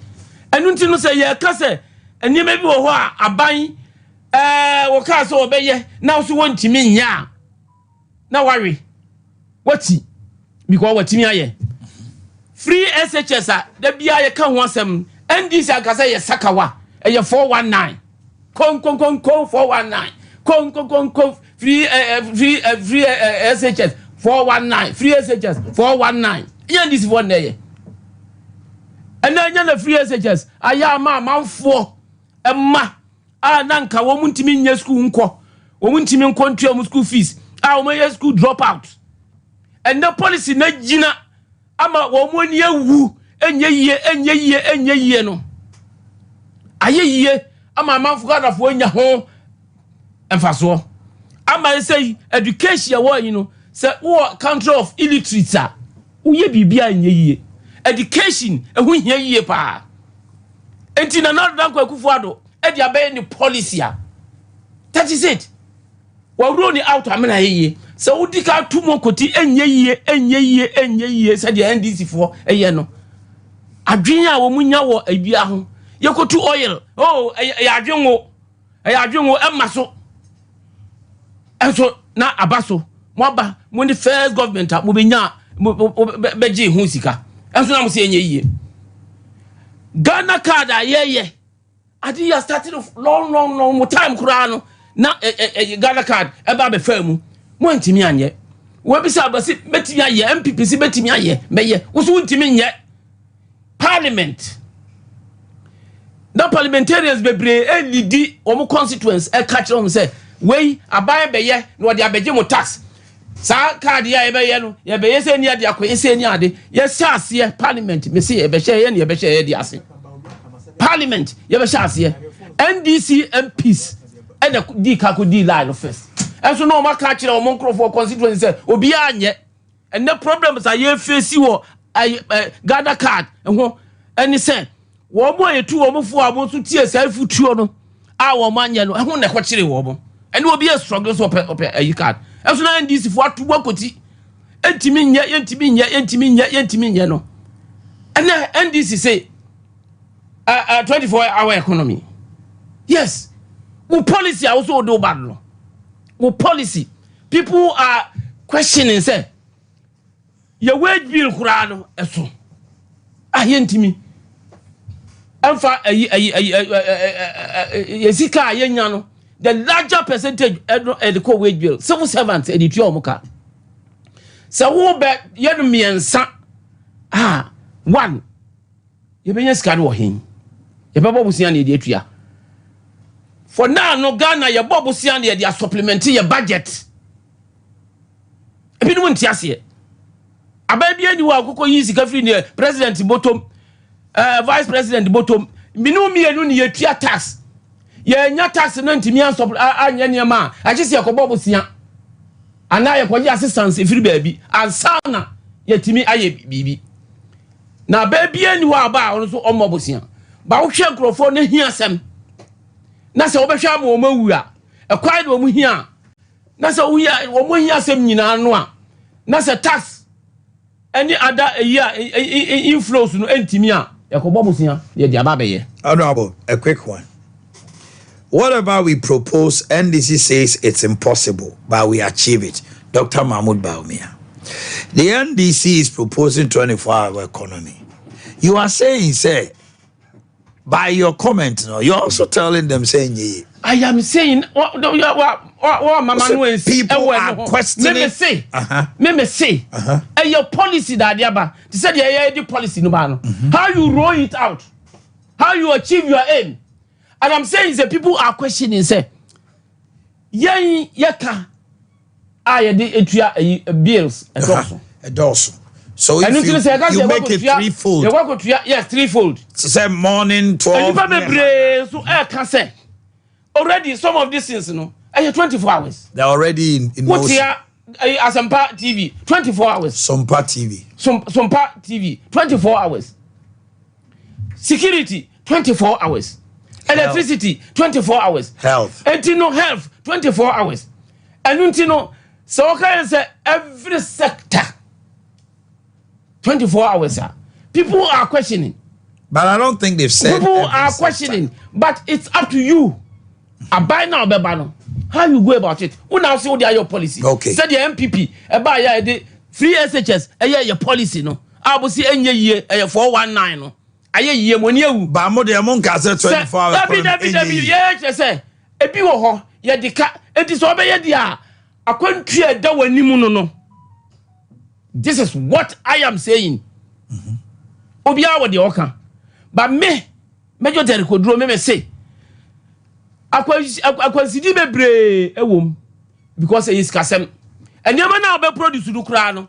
So wanya obi obeto a readily market di ho a untimi enye enti no you have to create enti hurdles are a da wanimu no but if obi prompt you a na wo ye wo no so yie enti as to say wantimi nye no me nka bi da me nka bi so da okay o ti ase enti na be say me ka fa ho no na me ka de si say wantimi nye a wo mo kan say so policy no wo flagship no now they say open source policy now yeah what the plans programs and that is the kwemu na what it's a priority. That is it. Usika nyina na de be fa say be so see dia mawa. That is it. Omanhene Yaw nyina na ewomu. That is it. In the 24-hour economy no, what the abana say, what me roll out here, why you want to ye na ye. So be it. Na Ghana obeja wako. Obi ba and say so obeboguo. Also twaso because atumi aboa yen. Na say ye hwe na say we are 4 years now with dey ba no. 4 years now oba betina ho no. Unse ma oba for only 4 years. Yeah, that's true. Na say when timi implement here, obi ba obebo atwagu because of the politics no ye play no ha no. And I'm coming to a whole situation. There are so many projects. Previous government no etimi ye na the current government eba omonye. Why? Because of no politicians party for no ando. Una atimi ye ne start ye wa me hu wa ye ensu Ghana for sika na ade koje ya de be ye yo. Ba abanya wa ba na ese woto aso no wie. Wo wie a eye Ghana dia. But you tibi jitu e say ye ne wo ba wa ye hospital say untimi ye nye de nko na abekfo aso ye nto aso ne nye dan NDC opani bi mi refini di kakra ase friend no Tony Edu yeah I could tell him Tony Edu say ye ba ye nya NPP project na ma ye gu ono na ye nya ye de na amanfo de be access ye. Look at this. So every time bia no ye wo bibi ka efa eyo. And so ye nyini ye sta nipa ya na ye gina ho kan say e na ba we ba ye de o ye kura na kan wuram. Yi classrooms wan yi block akan wuram wanye mi ho ano abago ya complete bebre a chen wo de wo ba na wo ho na wo ba be ye no. MPP abaya complete more than what you did. And so no na ye de bo aba na chi. Na se ugina ho na as a party ugina ga se da bi ye to omo projects ni nyina antumu ni ye de na ye ne ye de ba access ye ya na Ghana for no omo ndi ni ye ukogina ha wanonko wo ba ha wanonko enti aban hihye ya wodi agokwam me nko ba bia hwe asante mamu ha hwe roads akwai infrastructure ebu ewo ha me nko ada areas kura ba honim na no pay be baptist na mo bobo ada roads num ni ade any project ayaye ne ba bia nyina aka ho ba wo de hwe asante mamu ha ye hwe kubase kura mpo roads say the MPP ase ati kubase so ti ase enu nti no say hwe na say nipa no waye ade papa mom ye nkamfo no na ye mo na baso say ade wo ye no waye ne yie ampa ebeko nanim Ghana fo no ne beto aba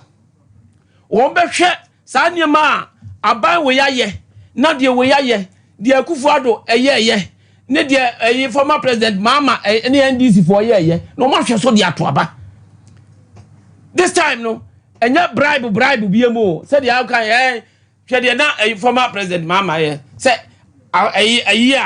MPP aban strategy ya ye be chesika ye de be chesika na ye de omo ade parliamentary candidates amomo post akomo post appointment no omo sika wo ba sa na ye appointment out ma ya see there wo hunu no appointment out ba ya wo ye no omo de ko pay sika no go what is up eguapoto yi wom na wo kwosesa uko ye responsibility ne de ama wo enti na parliament ye ma responsibility wo mo approve wo response so obetimi aye adwuma no ana akoye enti obi ba na so be condemn say wo de wo kura wo useless unni ho kwa say oye you wapa ho ne ade a it is neither here nor there na de o mapere jo ma America no ewo mu ana ewo mu here familia ewo mu the government has strategically positioned parliamentary candidates to give them resources. I am saying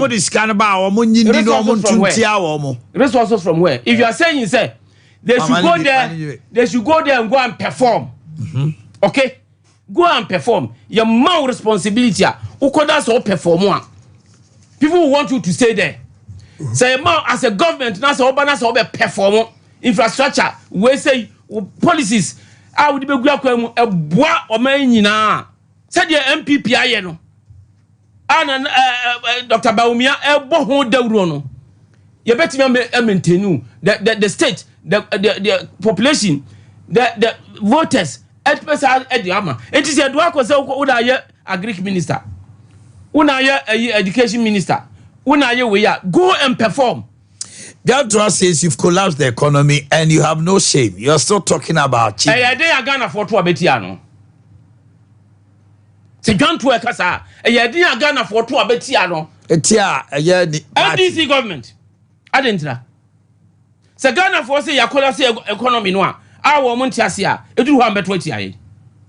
So otiase. Ha. Onu ndi vote ye ba ko. Obeto ba NDC.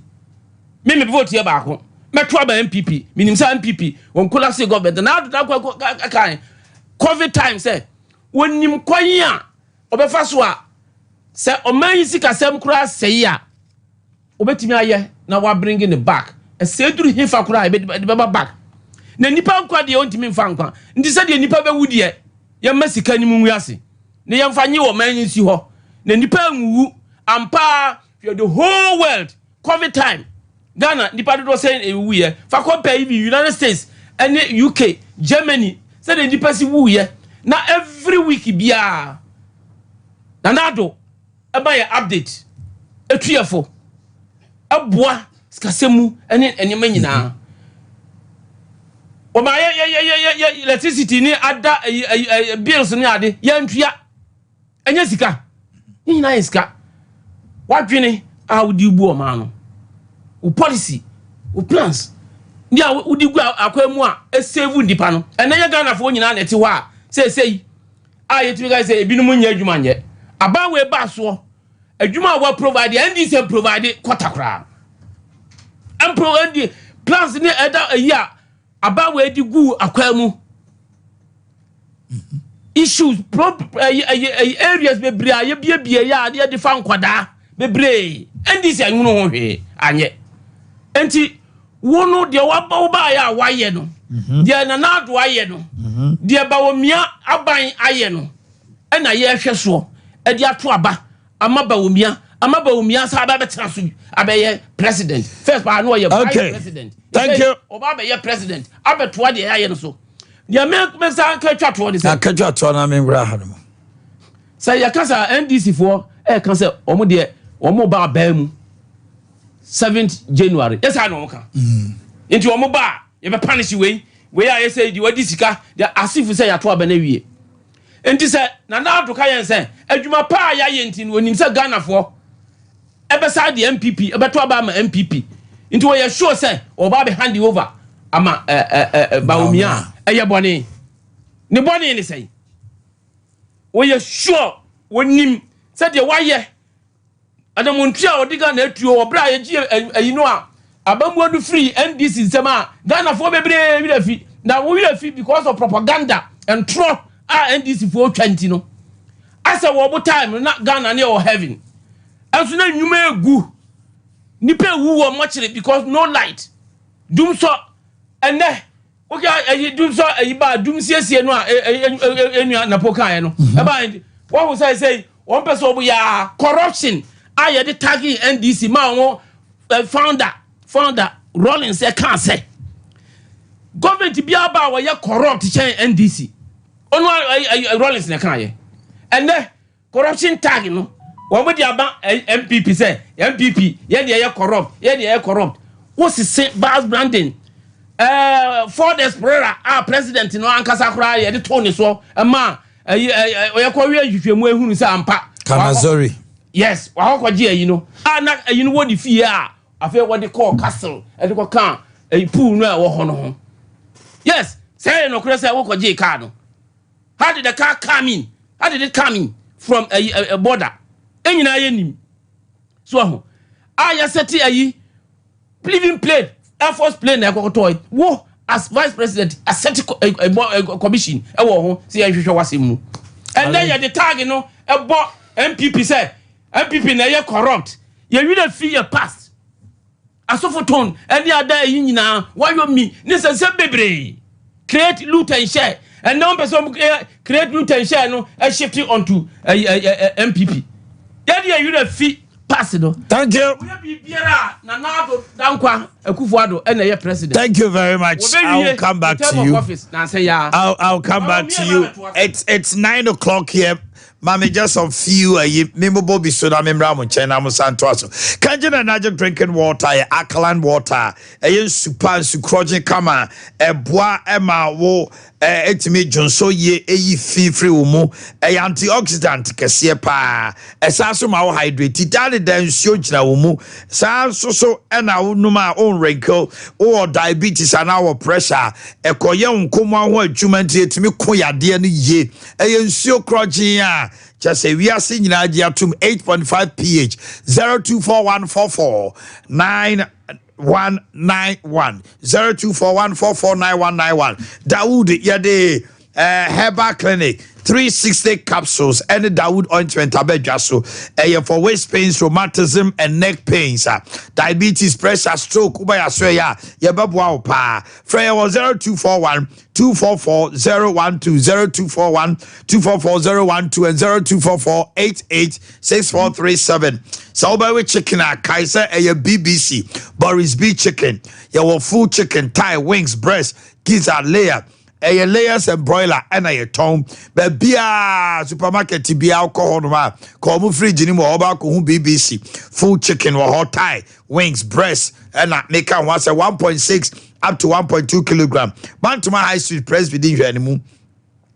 Asawasi Market, Santaza Roundabout, Unity or in Chanimu, Poku Trading a Doom, SG Mall Top High, and a Shell Body Jackson 05 444 53 05 444 3 Herbal Center the 3 Eco capsules aba obiaji atum se cocoa padie we have 3 Eco capsules ebe yisisi ya de waste space ya oni nyina firi ho afi ahye cocoa na se ema we yam suntim 3 Eco capsules ana Colinac Danny Misty and Apidank ebe bi 0546 107 107 Obo Herbal and Medical Center.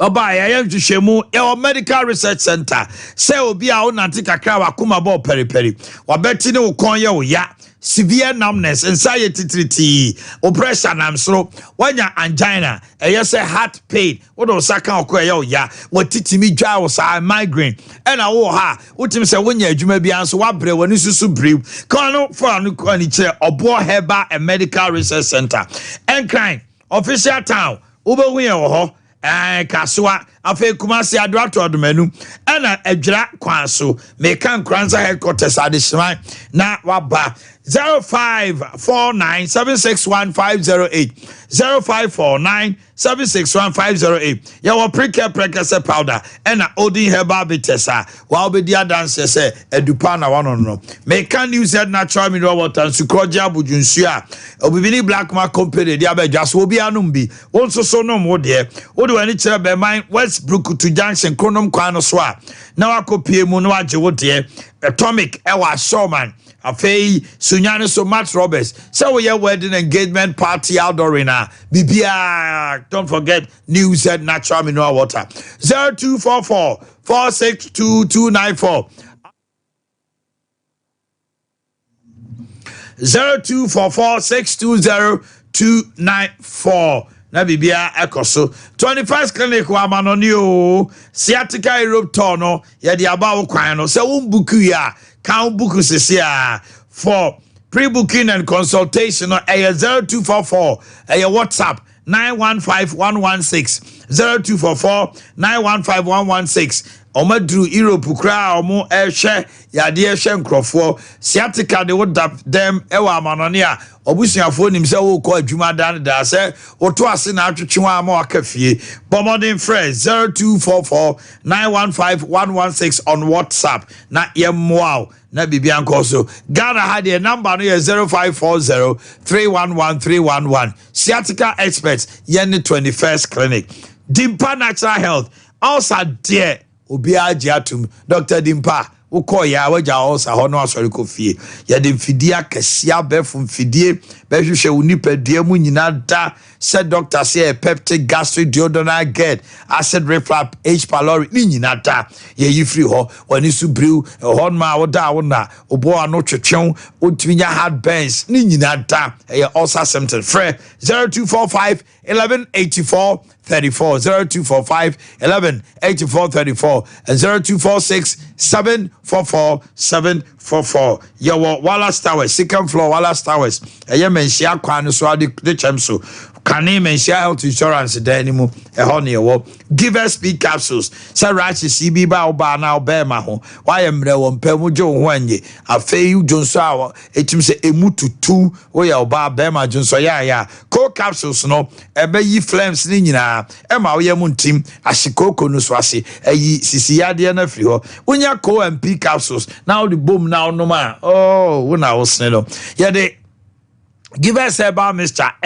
Malaria, fibroid, typhoid, and jaundice. Malaria, typhoid, jaundice. And I said, did I want today? I feel a sound bound come on your thing.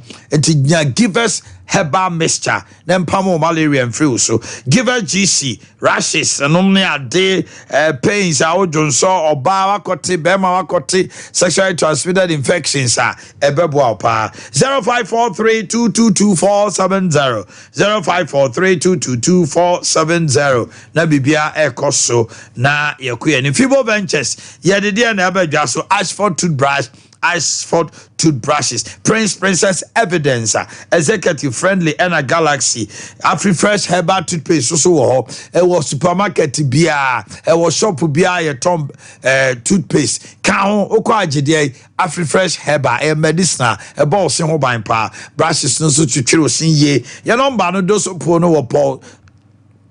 Sego Lane, ewa doom. Number no, 0535 452263 0535 452263. Na bibia koso. Time Herbal mixture. 3D yadi ahodo malaria na be free so. Unya time HH so a eko ema onkomo ahoye den. Rashes on your private partner ade nyina. Se ba eye malaria me kai wo say Time Herbal mixture.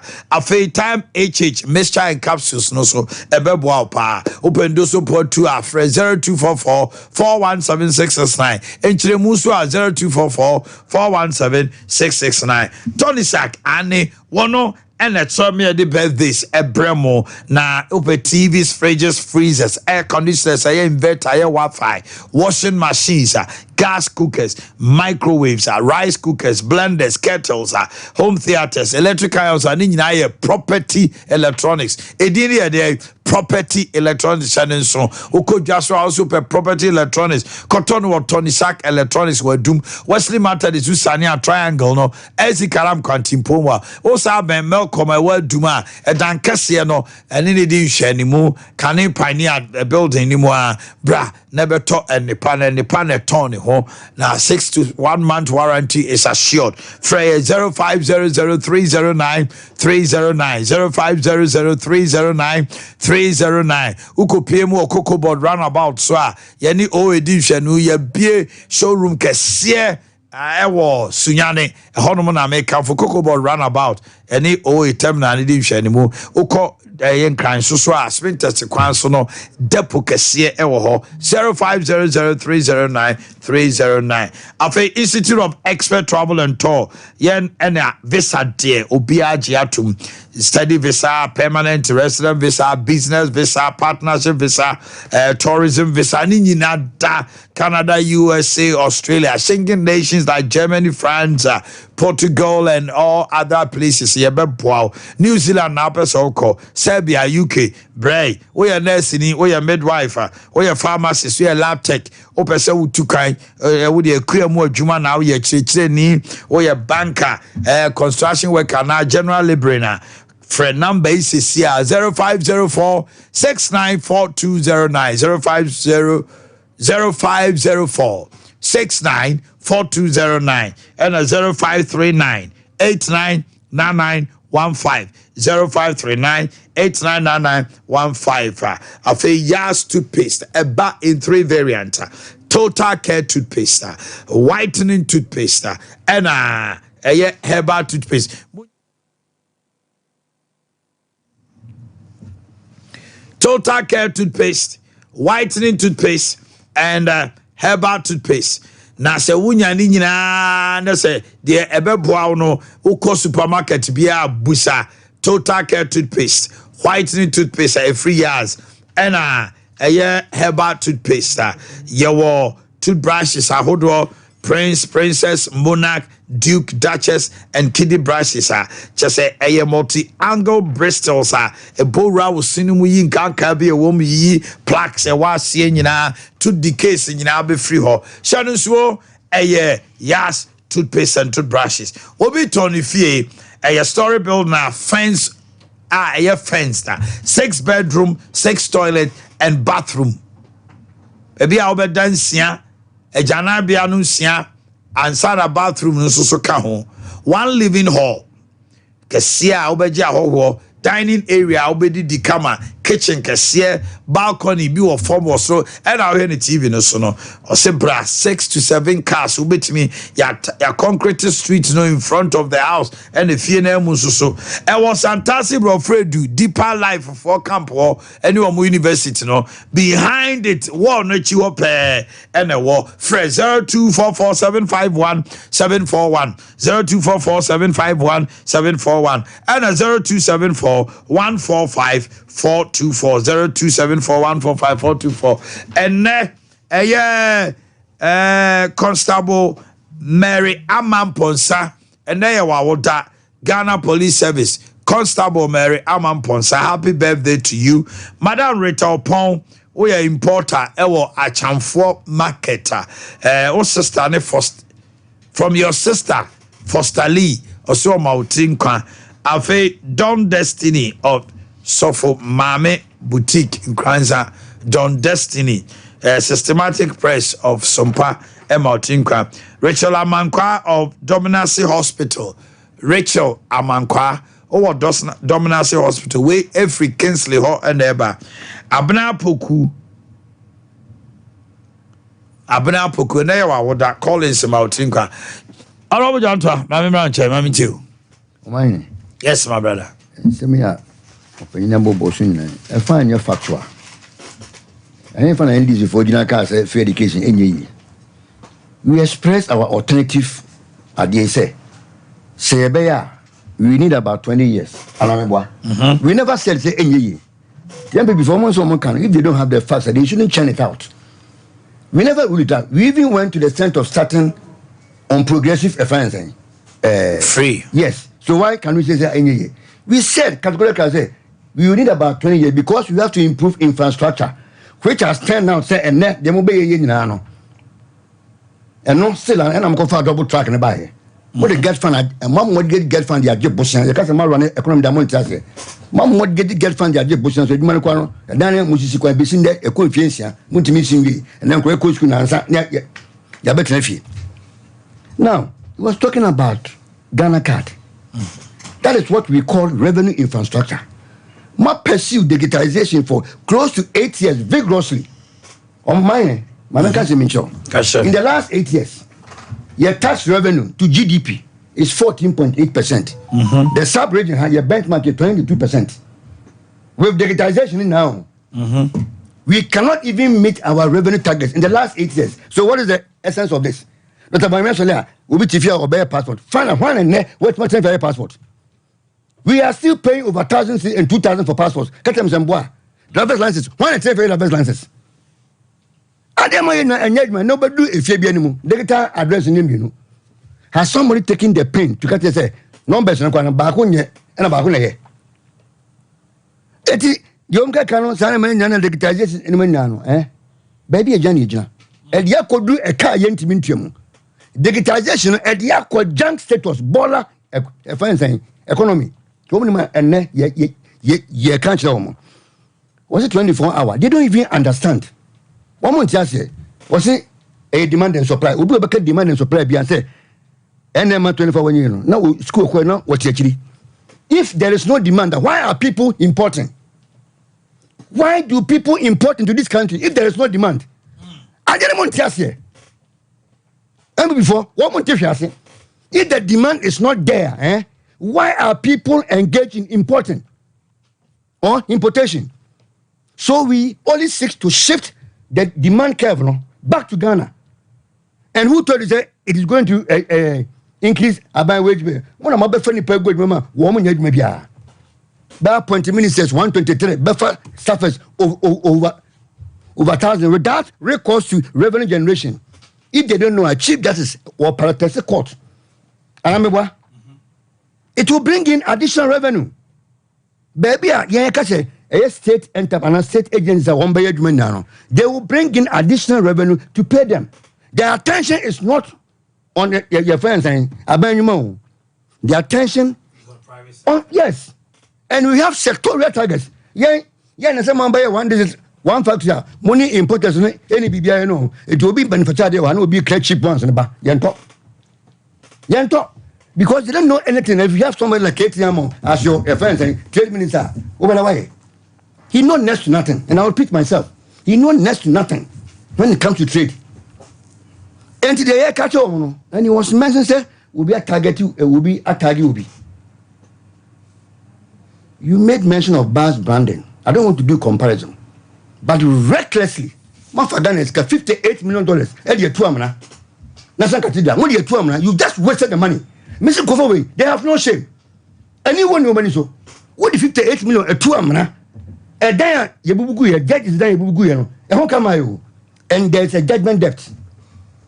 Abandon a base highway. Can't you even create a new village for Sadiwi?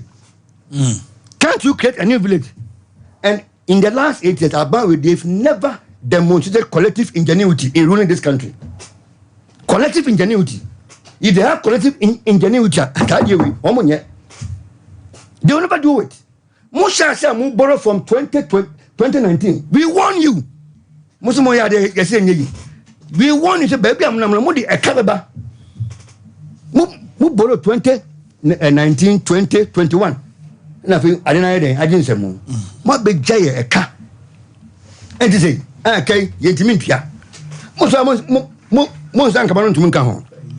More fraudulent deeds among in Ghana. Let me start from PDS. Saban a responsible government. And Kasika could be PDS one. And can almost yaba. More minister was PDS no. Not a fraud. Pitamawu. Wasn't a fraud. And recklessly, that about many and sa a kosher bossing. For him to chair a committee, allow me the demand guarantee and replace it with what? An insurance guarantee. A professional banker who knows what a demand guarantee means. Now, never reckless, salary obey. We've been paying them $1.5 million every month in the last 8 years. Dear Omiyamai. Dear Omiyamai. Ejapa. Nana Kufado, Solidian Parliament. Said they don't understand why President Rawlings Akoto Gulfstream jet from an offshore company. But they found it wise and intelligent. Say, you find your royalties in and come an offshore company. Do they have shame? Do they have shame? Which then say they all can't come. Who bet not to they all can't come. And made us to understand. Say President Mahama is running friends and family government. And then nepotism and cronyism at the highest level of Ebin Sida and Nane Kufalo. When the bush for MPP for Obian Timinkasa and a Padiatani Ababashamo. Yeah, Omanhene. Nana Santi be dear to you, and then Ukroposition, you know, where Secretary Ambassador. Ne Papa Kufa Santi, ne classmate President Kofo. What does it depose room? Where Boakye. Ne Mame, one of her friends saying, government household. Only a Kuntu and so will be. Attack Yamo, Furetani with Miamo. President Mama, not just one person, Joyce Bauer, who from the bloodline. It was only Joyce Bauer. You make a case out of it. Where the moon now, my moon, or Bianca, only shiny moon. Where to go? What be quite party and you are money in none party, or be a Timinka. They don't have the testicular fortitude to speak. And I'm telling my bar, and the good party. They don't have what? What would you get? Woman, I was expecting Dr. Baumia to speak to Ejapadia Phantasmagoria because he's the goat. You know why I'm saying he's the goat? He's the greatest beneficiary to Sir Ejapadia. Because party no one can home, your man waiver. And one more can say we need somebody other than an account to become what? A president can say, "Yeah, one bit my head. I conclude one money, one way. And the entire party, Moon can't go for what the idea is a party. What be a mum to? What be a mum? COVID was a equivalent saying. When him crying offers all the Nipper Banquem. Now, economy no, wait my day. And I'm catching us one baby or do. Will it be there be more? Tia Baba phone, and a baby, my do or can't quite. COVID yet to come, and you could fight tape with Bissu Kutuka. $17 million. Send a gun and help me just win him more. 117 million, not 17. The government had 10 million. 10 million. What here? What about boy? I to say at the carway up a local Yakuto at the Abawe. Transfer will be any more. I don't go for the banner. If I basic at transfer Quabuchino, 7 minutes as minimum. Okay, honorable. Yeah. I mean, too. Yeah, ubeti me. And I'm fan to ya, and I ya no yebeko na sunyan mrantie no SSC or more ya the sports no one man you sure be free meba ya the for sports be free sunyan. So latest by 9:45 na ya the mo eko sunyan na omode agudi ehun sem na abremo. Now so ahamanu si 1 minute. Sika ye boy bushing over 20 billion cedis. It's just Kalma or more or by no upper easy. Was here been 1.5 back on, you been 500 back on 1 year's can was on my year in Sunicania. The very first man question upon Gramagana. Somebody has to pay. You try and wait and now, after 2 years of COVID, that's what your COVID levy. Okay, then I'm going to tell free. And then on the chair, honorable. Yeah, there be fair pan, you say, walk asano, my intervene. Man Kasabi, John Kasa. Maybe your 2 points down. That's the beauty of the game. And yet, the so will be here submission. There be a debate, sir. It's your turn. Test messages a man for the abrem or has this year. Just say, oh, Yahoo will be a debre. Oh, studio. So, yes, Kawasem no. Okasem will be bika, Namaka. Se mini bibika ni mejam wa ayi ana na wo kan se Baah branding obodim Baah branding se yakoko tuam na nka mekaka se Baah branding e tro e mi twa watimi anka waka de mema kan no ni ade obodin a no ono akoko ye say I don't want to say no say equalizing na say ade na de meka na enkontompo ana say ye tro watimi di bank de meme kan no ne momu aye nti me set agenda no ma no nti wontie me me too. Won't hear me. So, was saying, Nana Kufado, the Musian for Nade, chronism, Nade, na Yentimin Kasa Yena, I am ma. On the Kayo, the John Tuan Kana Yena, I am ma.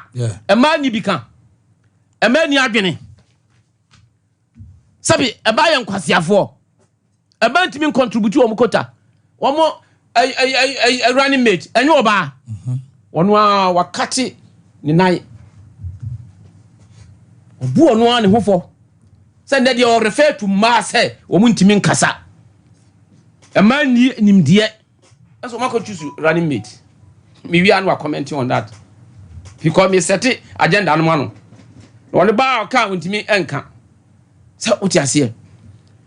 And then maybe bre ekoso ewo memu a ye ye hunu ni say mudi amonya propaganda no a entro no muntwa mundidi atam no a mumbiti a drum of war or war drums mumbiti war drums ni ade enye dede say 2024 Samo ya entoko ebesi ho na se wo wia abanum obi anwie yakoto aba ni clean di obe winie wa wini free time bia ya to aba bia no se wo hwia na wonte ho ase anya court na akọ and then this for say ya nko court ukojina court wa anya asem bia anka kikiki let's go to court say but I did clean bibi anywhere we say let's go and am court mo antimi amfa evidence ba kokora banto Womo editi amwa unanimous different dey ben something and am kan sensem bebre and na court ye nyina supreme court ye nyina ye last hope ni ho no mudi wo mo atam saa so mo ni abaye one wo mo ni credibility wo mo ni yi ato forcing ayi case ya okoya wo mo ebu anebem afa de mo na mo se dua ebu aka mo simo no judiciary amo chastise wo mo di wo mo atam ama wiase nyina hu se judiciary enya papa after kwada ajapo se hwan se ofu se judiciary manfo ho a omutimi e ka nokore nso mo guo mo ni mo ase security mo ba mo be yi soja fo ni police fo nyina di safu jamfi asefa nsai sami jamfi ene kan mo be yi di nam ka chen se hwe to bo ase medi soja over 30 years. Anytime bia ba no ye to aba ni wie wunya ma power no aba bebu nkutodwe obema camp. I am telling you, me na meka. Enti what say we nim de ekoso na ye be yi soja for ni adi. Aba bia e beto aba obedi gunim bia no. Enye na awo so at that time. Transition period no send up to 7th January. So you go to back camp. Be bia se wo bia asem bia wo kan ye.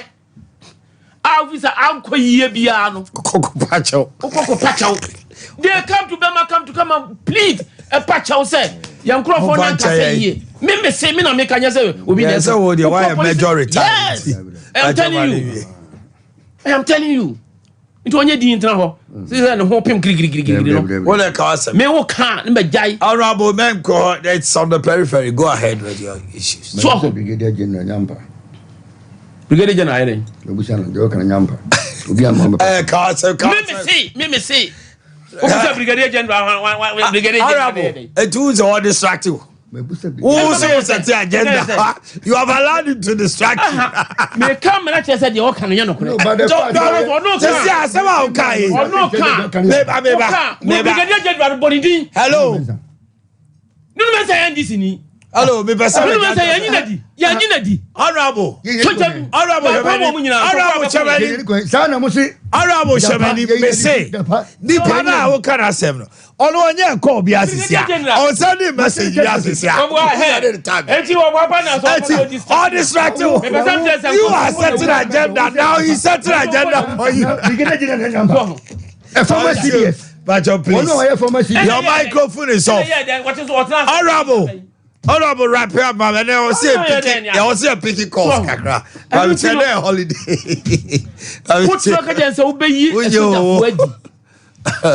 Because they are in bed with the government. The government. What are you talking about? Who be this band? The whole Ghana Armed Forces, the whole police. What's the name? So I say, and to woman come say, what you in the most unlikely event is NDC ebe win ya bay. Most unlikely. What people never think kunim. And yes, we are mu. And yeah, bibia by a 2 abani clean. I'm a MPP. But we are winning abano. Abienya so many seats in Parliament. Now yako. Now the most unlikely event is NDC bayano. They will run quickly to Bema camp and go apologize. Pounds offense down. Go ahead. The Omakano. So what you say? And in some baby ya womoka na womunim dia womoka dede propaganda uhunu ena womu ma bonten amoye ubiti war drums we besi amwa o mayi e wo security time bia o ma beto aba wo mu yi election task force de biara first pa na your district chief executive for what district regional minister our region biana yana omo chair for time omo sesano so we are politician ade na so chair you know na police commander no a chair e better omo na neutral ene sesano omo time we sesan bibi anyo omo na yi ado omo kan say order from above. Order from above. Ya microphone to you. I watch it pony. Akwetia. Any heaven.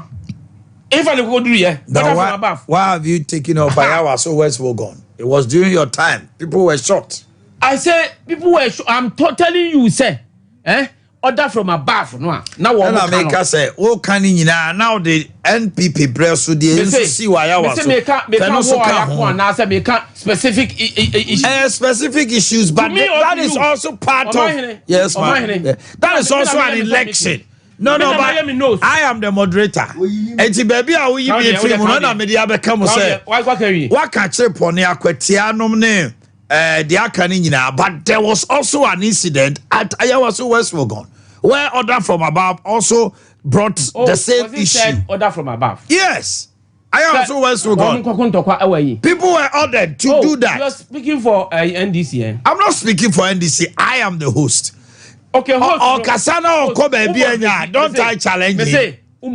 Yes, and that's I am telling you, sir. What I want to say is not what you are telling me to say. I'm not telling you to say. I am putting on record, say the issues you have labeled. No, they mention Ayawaso West Wogon. So mention other places. Debbie TV, what would body yina? We okay. That's your Kasabiti. Me say. So many areas and security. I'm talking about security. Yes. And I'm about only 2. You mentioned 3. Then you are 3 akura. Minti me mbonyi nyina. Adwira no me ade nyina nka ho. Atiwa no nyina nka ho. Very good. Me ka wani nyina. Be do hia me use be ba ko na mienu. And I'm di ba kama sem. What you say? And I'm dia kama sem. And this always all come me dia. Let me keep quiet and you talk. No. You are going on a wrong tangent. You have been with me all these years. You can say wrong time, but me say. The media support. Honorable me say. Me know why you Juma baby. When you go on that tangent, you don't help me. I said you mean kabi mount. No, me ni ase me kabi amobi. The person say the obo boss no. Me ka say kabi mami. Obo boss no. The wo kan no nam dem kan say. What do kan wo kan MPP progress a project bi ya. E dey supporting na sem. Wo kan. Na some na adwisi so. Okay, na adwisi be si so. Enkoma ye these raise issues are my question no. Oh. Yeah, ka say. Okay, say no. But go ahead. What twat me submission. I'm not twatting it. Go ahead. Go ahead. So. I feel what you say me go ahead. Entino, sa order from above ntino. Ene kufuo. I am telling my specific example. Ntimi kan nyina. Go ahead, honorable. Ntino. Say your former ibi obabia no a former election task force. That's right. Election task force no. Police, military, even prison, fire service, other security military uniform institutions ni nyina do mo ka ho. Obia wo taxi a wo play. Press for and a police station. Soldier for and police station ko nyina ballot box.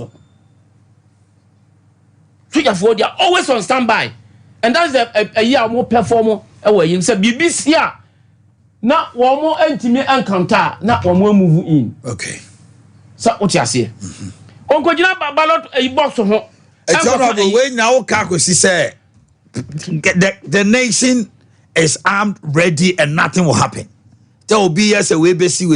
I am saying the NDC for and yes, maybe yes, the issue happy. Ebia na be wie na sem me ya and me kan saba me ka de wo mo kan. Say bibi be senior ade no. Yes. BBNC. Say sojafo I say wo munyi wo mun free ayi obi a ntimi anka say Speaker of Parliament who is an NDC. Me so froteti nyina wonim say a sojafo ka ho from Rollins time to one at Mills to what nyina sojafo e ka ho. Police for ka ho. Prison for any nyina no. Aye bia prison for so cry the prison fire service for and police station. Unko hu say soja di ekura tu gina police station. Omanhene wa hunu bi pay. Debi. And so NDC for penti picture pa say a soldier for e military now. E police station. Ya come na tan say a soldier for police station. Soldier for kwa omo asset omo base unless that issue they call for reinforcement. That is it. na omo akọ okay don't you see honorable NDC for why target me Facha me I'll give it to you. Let me activate the lines and let's hear because money public let's hear from the public also. Number is 0551-931-931. Give us a call and share your thoughts. Then finally I will let them come in and wrap up. 0551-931-931. Let's hear what you also have to say this morning. Good morning. And that's all you're telling Bismarck, look at the first meeting. It's Bismarck, me and you are pay. Look at my over the year 2007. Now, up to the show and so on, Patricia Secondary School. The Hancock Tones or Badel Graphic near being in Asoba Kaisa, sorry, I make a few. A bit difficult for me. I'm afraid. Sometimes, say, and this needed to know all the places, so many adrenaline backside that. It makes that television when I'm used to. Omanhene, I didn't too many my life, but that very economics was economics that time, you know. Because of school fees, we are still cover school fees receipt, over. Look, let me to cover by. You really, I didn't see a man's half uncle to when I'm doing exams. Neighbor, you were a student then.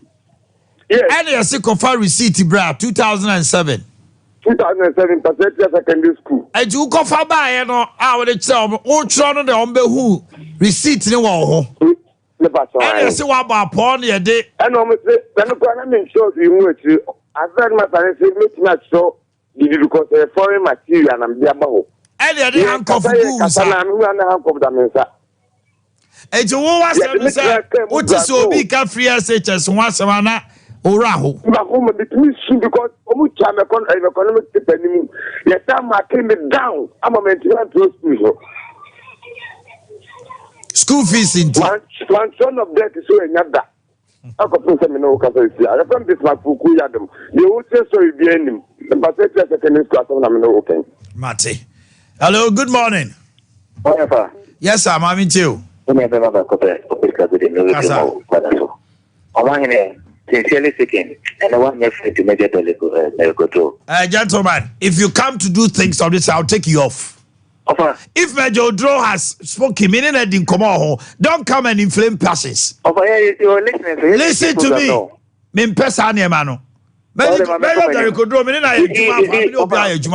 Go ahead and say your issues. And stop coming to come and inflame passions here. But he was also not being fair to me.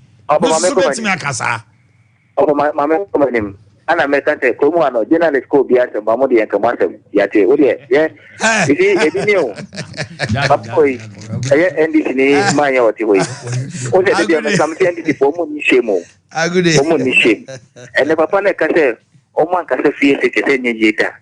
I read it. Also, Okasa, and I'm explaining carpet jumping. I got a book. I say, Ye. Mojani Manekai. To the extent that your Mahama 2016 campaign of free SHS must not be introduced on the home performance of a district politician. Omoko as somewhere the free SHS and your 419 will be at the SHS of 419 or party thing. And so Oman who Jani Maneka so man can't as a free SHS possible. No more almost say this is here than we the bank programs that you show more than you want living in the developed countries, USA, Britain. Almost show school at then I don't know more free or more school or more. And this is me at India, the Bugano. Apart from say you make no way to be near them, the same papa, and this is dear them. Now, yeah. Hello, good morning. Good morning. Yo, but your friend Solomon. Solomon, I'm in too. Solomon Kasa. Yo, Omanhene, your boy Basuni, a Juma Power, you do what on my Ghana. You better say, Papa, no more, almost did you. I'm on your 7 year, how I be in Naman Kamachi. Oman Penibia or Bar, because the 1 year be part and farm war, my Ghana. Yes, sure, so man Penibi Bar. Yes, dear, CIA war. Current situation I woman as a country is very difficult. But that's from some bar, and among some more can be your father. It's all the now see we are you say to win space here. A dear pass one at Bebre. Omanhene, share Accra Kumasi Road. You see how far Kwaniswa. Yes, you have a construction there, of course. But old one you use I death trap. In the last time, what far Kwaniswa Omanhene, Kadiamike Ubum. Kadiamike Upa, my driver chance. Omanhene who. We say portos, Kotana, air portos. Baby, Kobe the Adansia over a barrier. My who's a car, portos, a yika to Quanos or that. It's a 1 year with your best friend for Omunia who be my yes, oh, yeah, for yes, but that I had none so for now. A man in Kumni Pansa. Oh, Omanhene, Mate, I say hello, good morning. Good morning, Omanhene. Yes, sir. Why you? I just tell me Kofi Abuam Kataka Chimini. Kofi my ente no pay. I talk a can work and say NDC for Omunya Konya no moba TV stations no mokasa. Yen babu no move policies on Modeba. I did me Abuam Iden. Yatuaba. I said move it now na yen no be TV engineer more you where to be the Katia another party and more Yomo the no mine. Ye may do that TV national you so oh and this is about we no we about maybe not one one head at the moon. Yes, I'm one no you and yes from home and mom bomb the what ye maybe for me to about your own. Thank you very much. Hello, good morning. Hello. Hello, Omar. Yes, sir. From teacher constitution because every I'm going to more teacher me too can't share. Oh my vitamin SMP me am group ka sa ni akro. Ba wi ti alo pe. Ko nshira no onyo kasi. Wa me ntia Dr. Muhammad Baah Herbal. On na need to be dia. On dey be omo program. O my ye tell say Ghana obi an ka MPP among Ghana is a heavy. Ni mo 77 previous a wo de niam bi toto niam bi ho a. Wo hu say MPP aban obon ho modern. O my won say me you GHS mi na gidi la me ba me tena fi 1 year. MPP aban e o mampani kufo ama me nkama engineer nko school. Then come the 11 it one. Then NDC team be no be ka say no mo ye progressive. Say no mo ye progressive one. Then why ban na ntina fi. Then why ban na nko school. Yeah, that's the Ghana for. MPP aban obon ho modern. Yenye mu from Dr. Muhammad Baah Herbal. No mbra meto so na Ghana be ko no ma mention MPP no too serious. Thank you. Let's pick the last one. Hello, good morning. Good morning. Hello. Yes. Pacho Wendy. Good morning. But Edna, because it's free, Jamasi. Edna, me into. My name Pacho, me and next year, maybe school now. Me more to see MPP Nina or Casasone say. They almost say number be a porter, my unemployed nurses. But among person basically drama 2021 for you who say, and then a deposit, and I said that then a deposit. They say so no 2022 for any Saba Becawama or Mono. And so Baba Abedi a chair, you see no millionaire called the same level. So I say, almost betting me, I bet me I employ or Mamma Baba Becam. So my who say, almost say a Juma, almost see any next on the list. One person, no more that I no more count granny boom. Now say, I could check protocol. So my and some more addresses I issue in my right. Right. Thank you very much. Finally, Yamtra, in a minute. What are you saying? In a minute. Mama, I can say, you're appointing MPP phobia. I could keep position for them to raise money to come and spend them. How can you appoint a parliamentary candidate to a state bank? Chimba Fukino or a friend, go to or Bentajino to NIBMD. How can you appoint a parliamentary candidate? Now, what is wrong? Everything is wrong. What is politically exposed? A domestic politically exposed person. How do you describe him as such?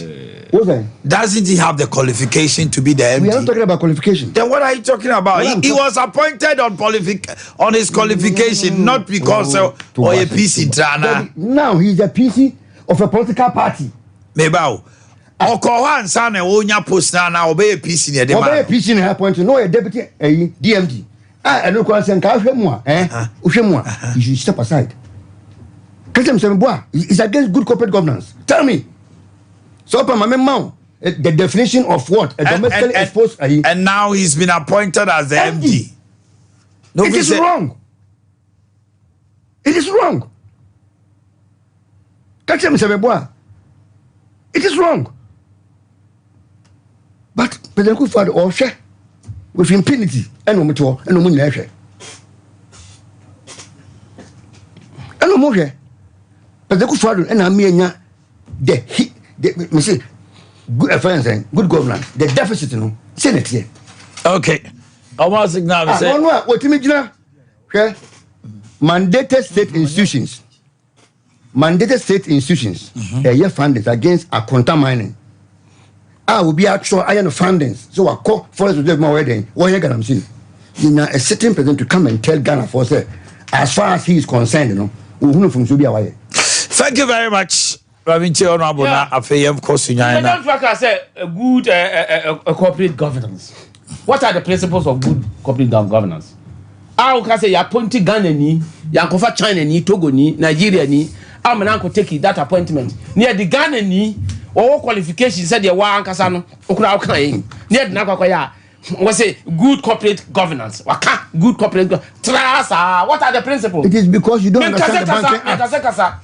What the item did you not be you know nothing. Oh, Jan to 1 minute, man, in fan wrap up. Baby Tio. So what you say? And you know, what be was so fata.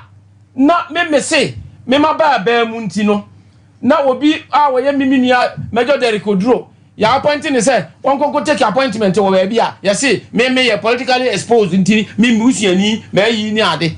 Now, and this is ba muono.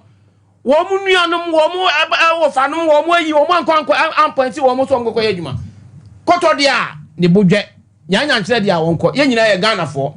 Mummy, na you won't say, dear Ghana, ye Ghana quite a bay ye, and a young fanco. No mum, and yet your best say woman, and yet you bought bonny, and yet him didier, and yet you say, your peasant to Quambra, yen you say, and they hear no more dear mano about Conkai, and all. Thank you very much, gentlemen. Major Derrick Odro, retired. Former Deputy Defense Minister, Member of Parliament, former for Nkranza North. And then you heard PV Jantua, a businessman and then a leading member of the National Democratic Congress in Ashanti region. Gentlemen, Yebeko Sunyani, na Womodi Agudi Hunsem no Abremo. Na ene holiday sports for Nigeria home. Let's get ready to. My name is Kwesi Nyantich. In this region, sports is all about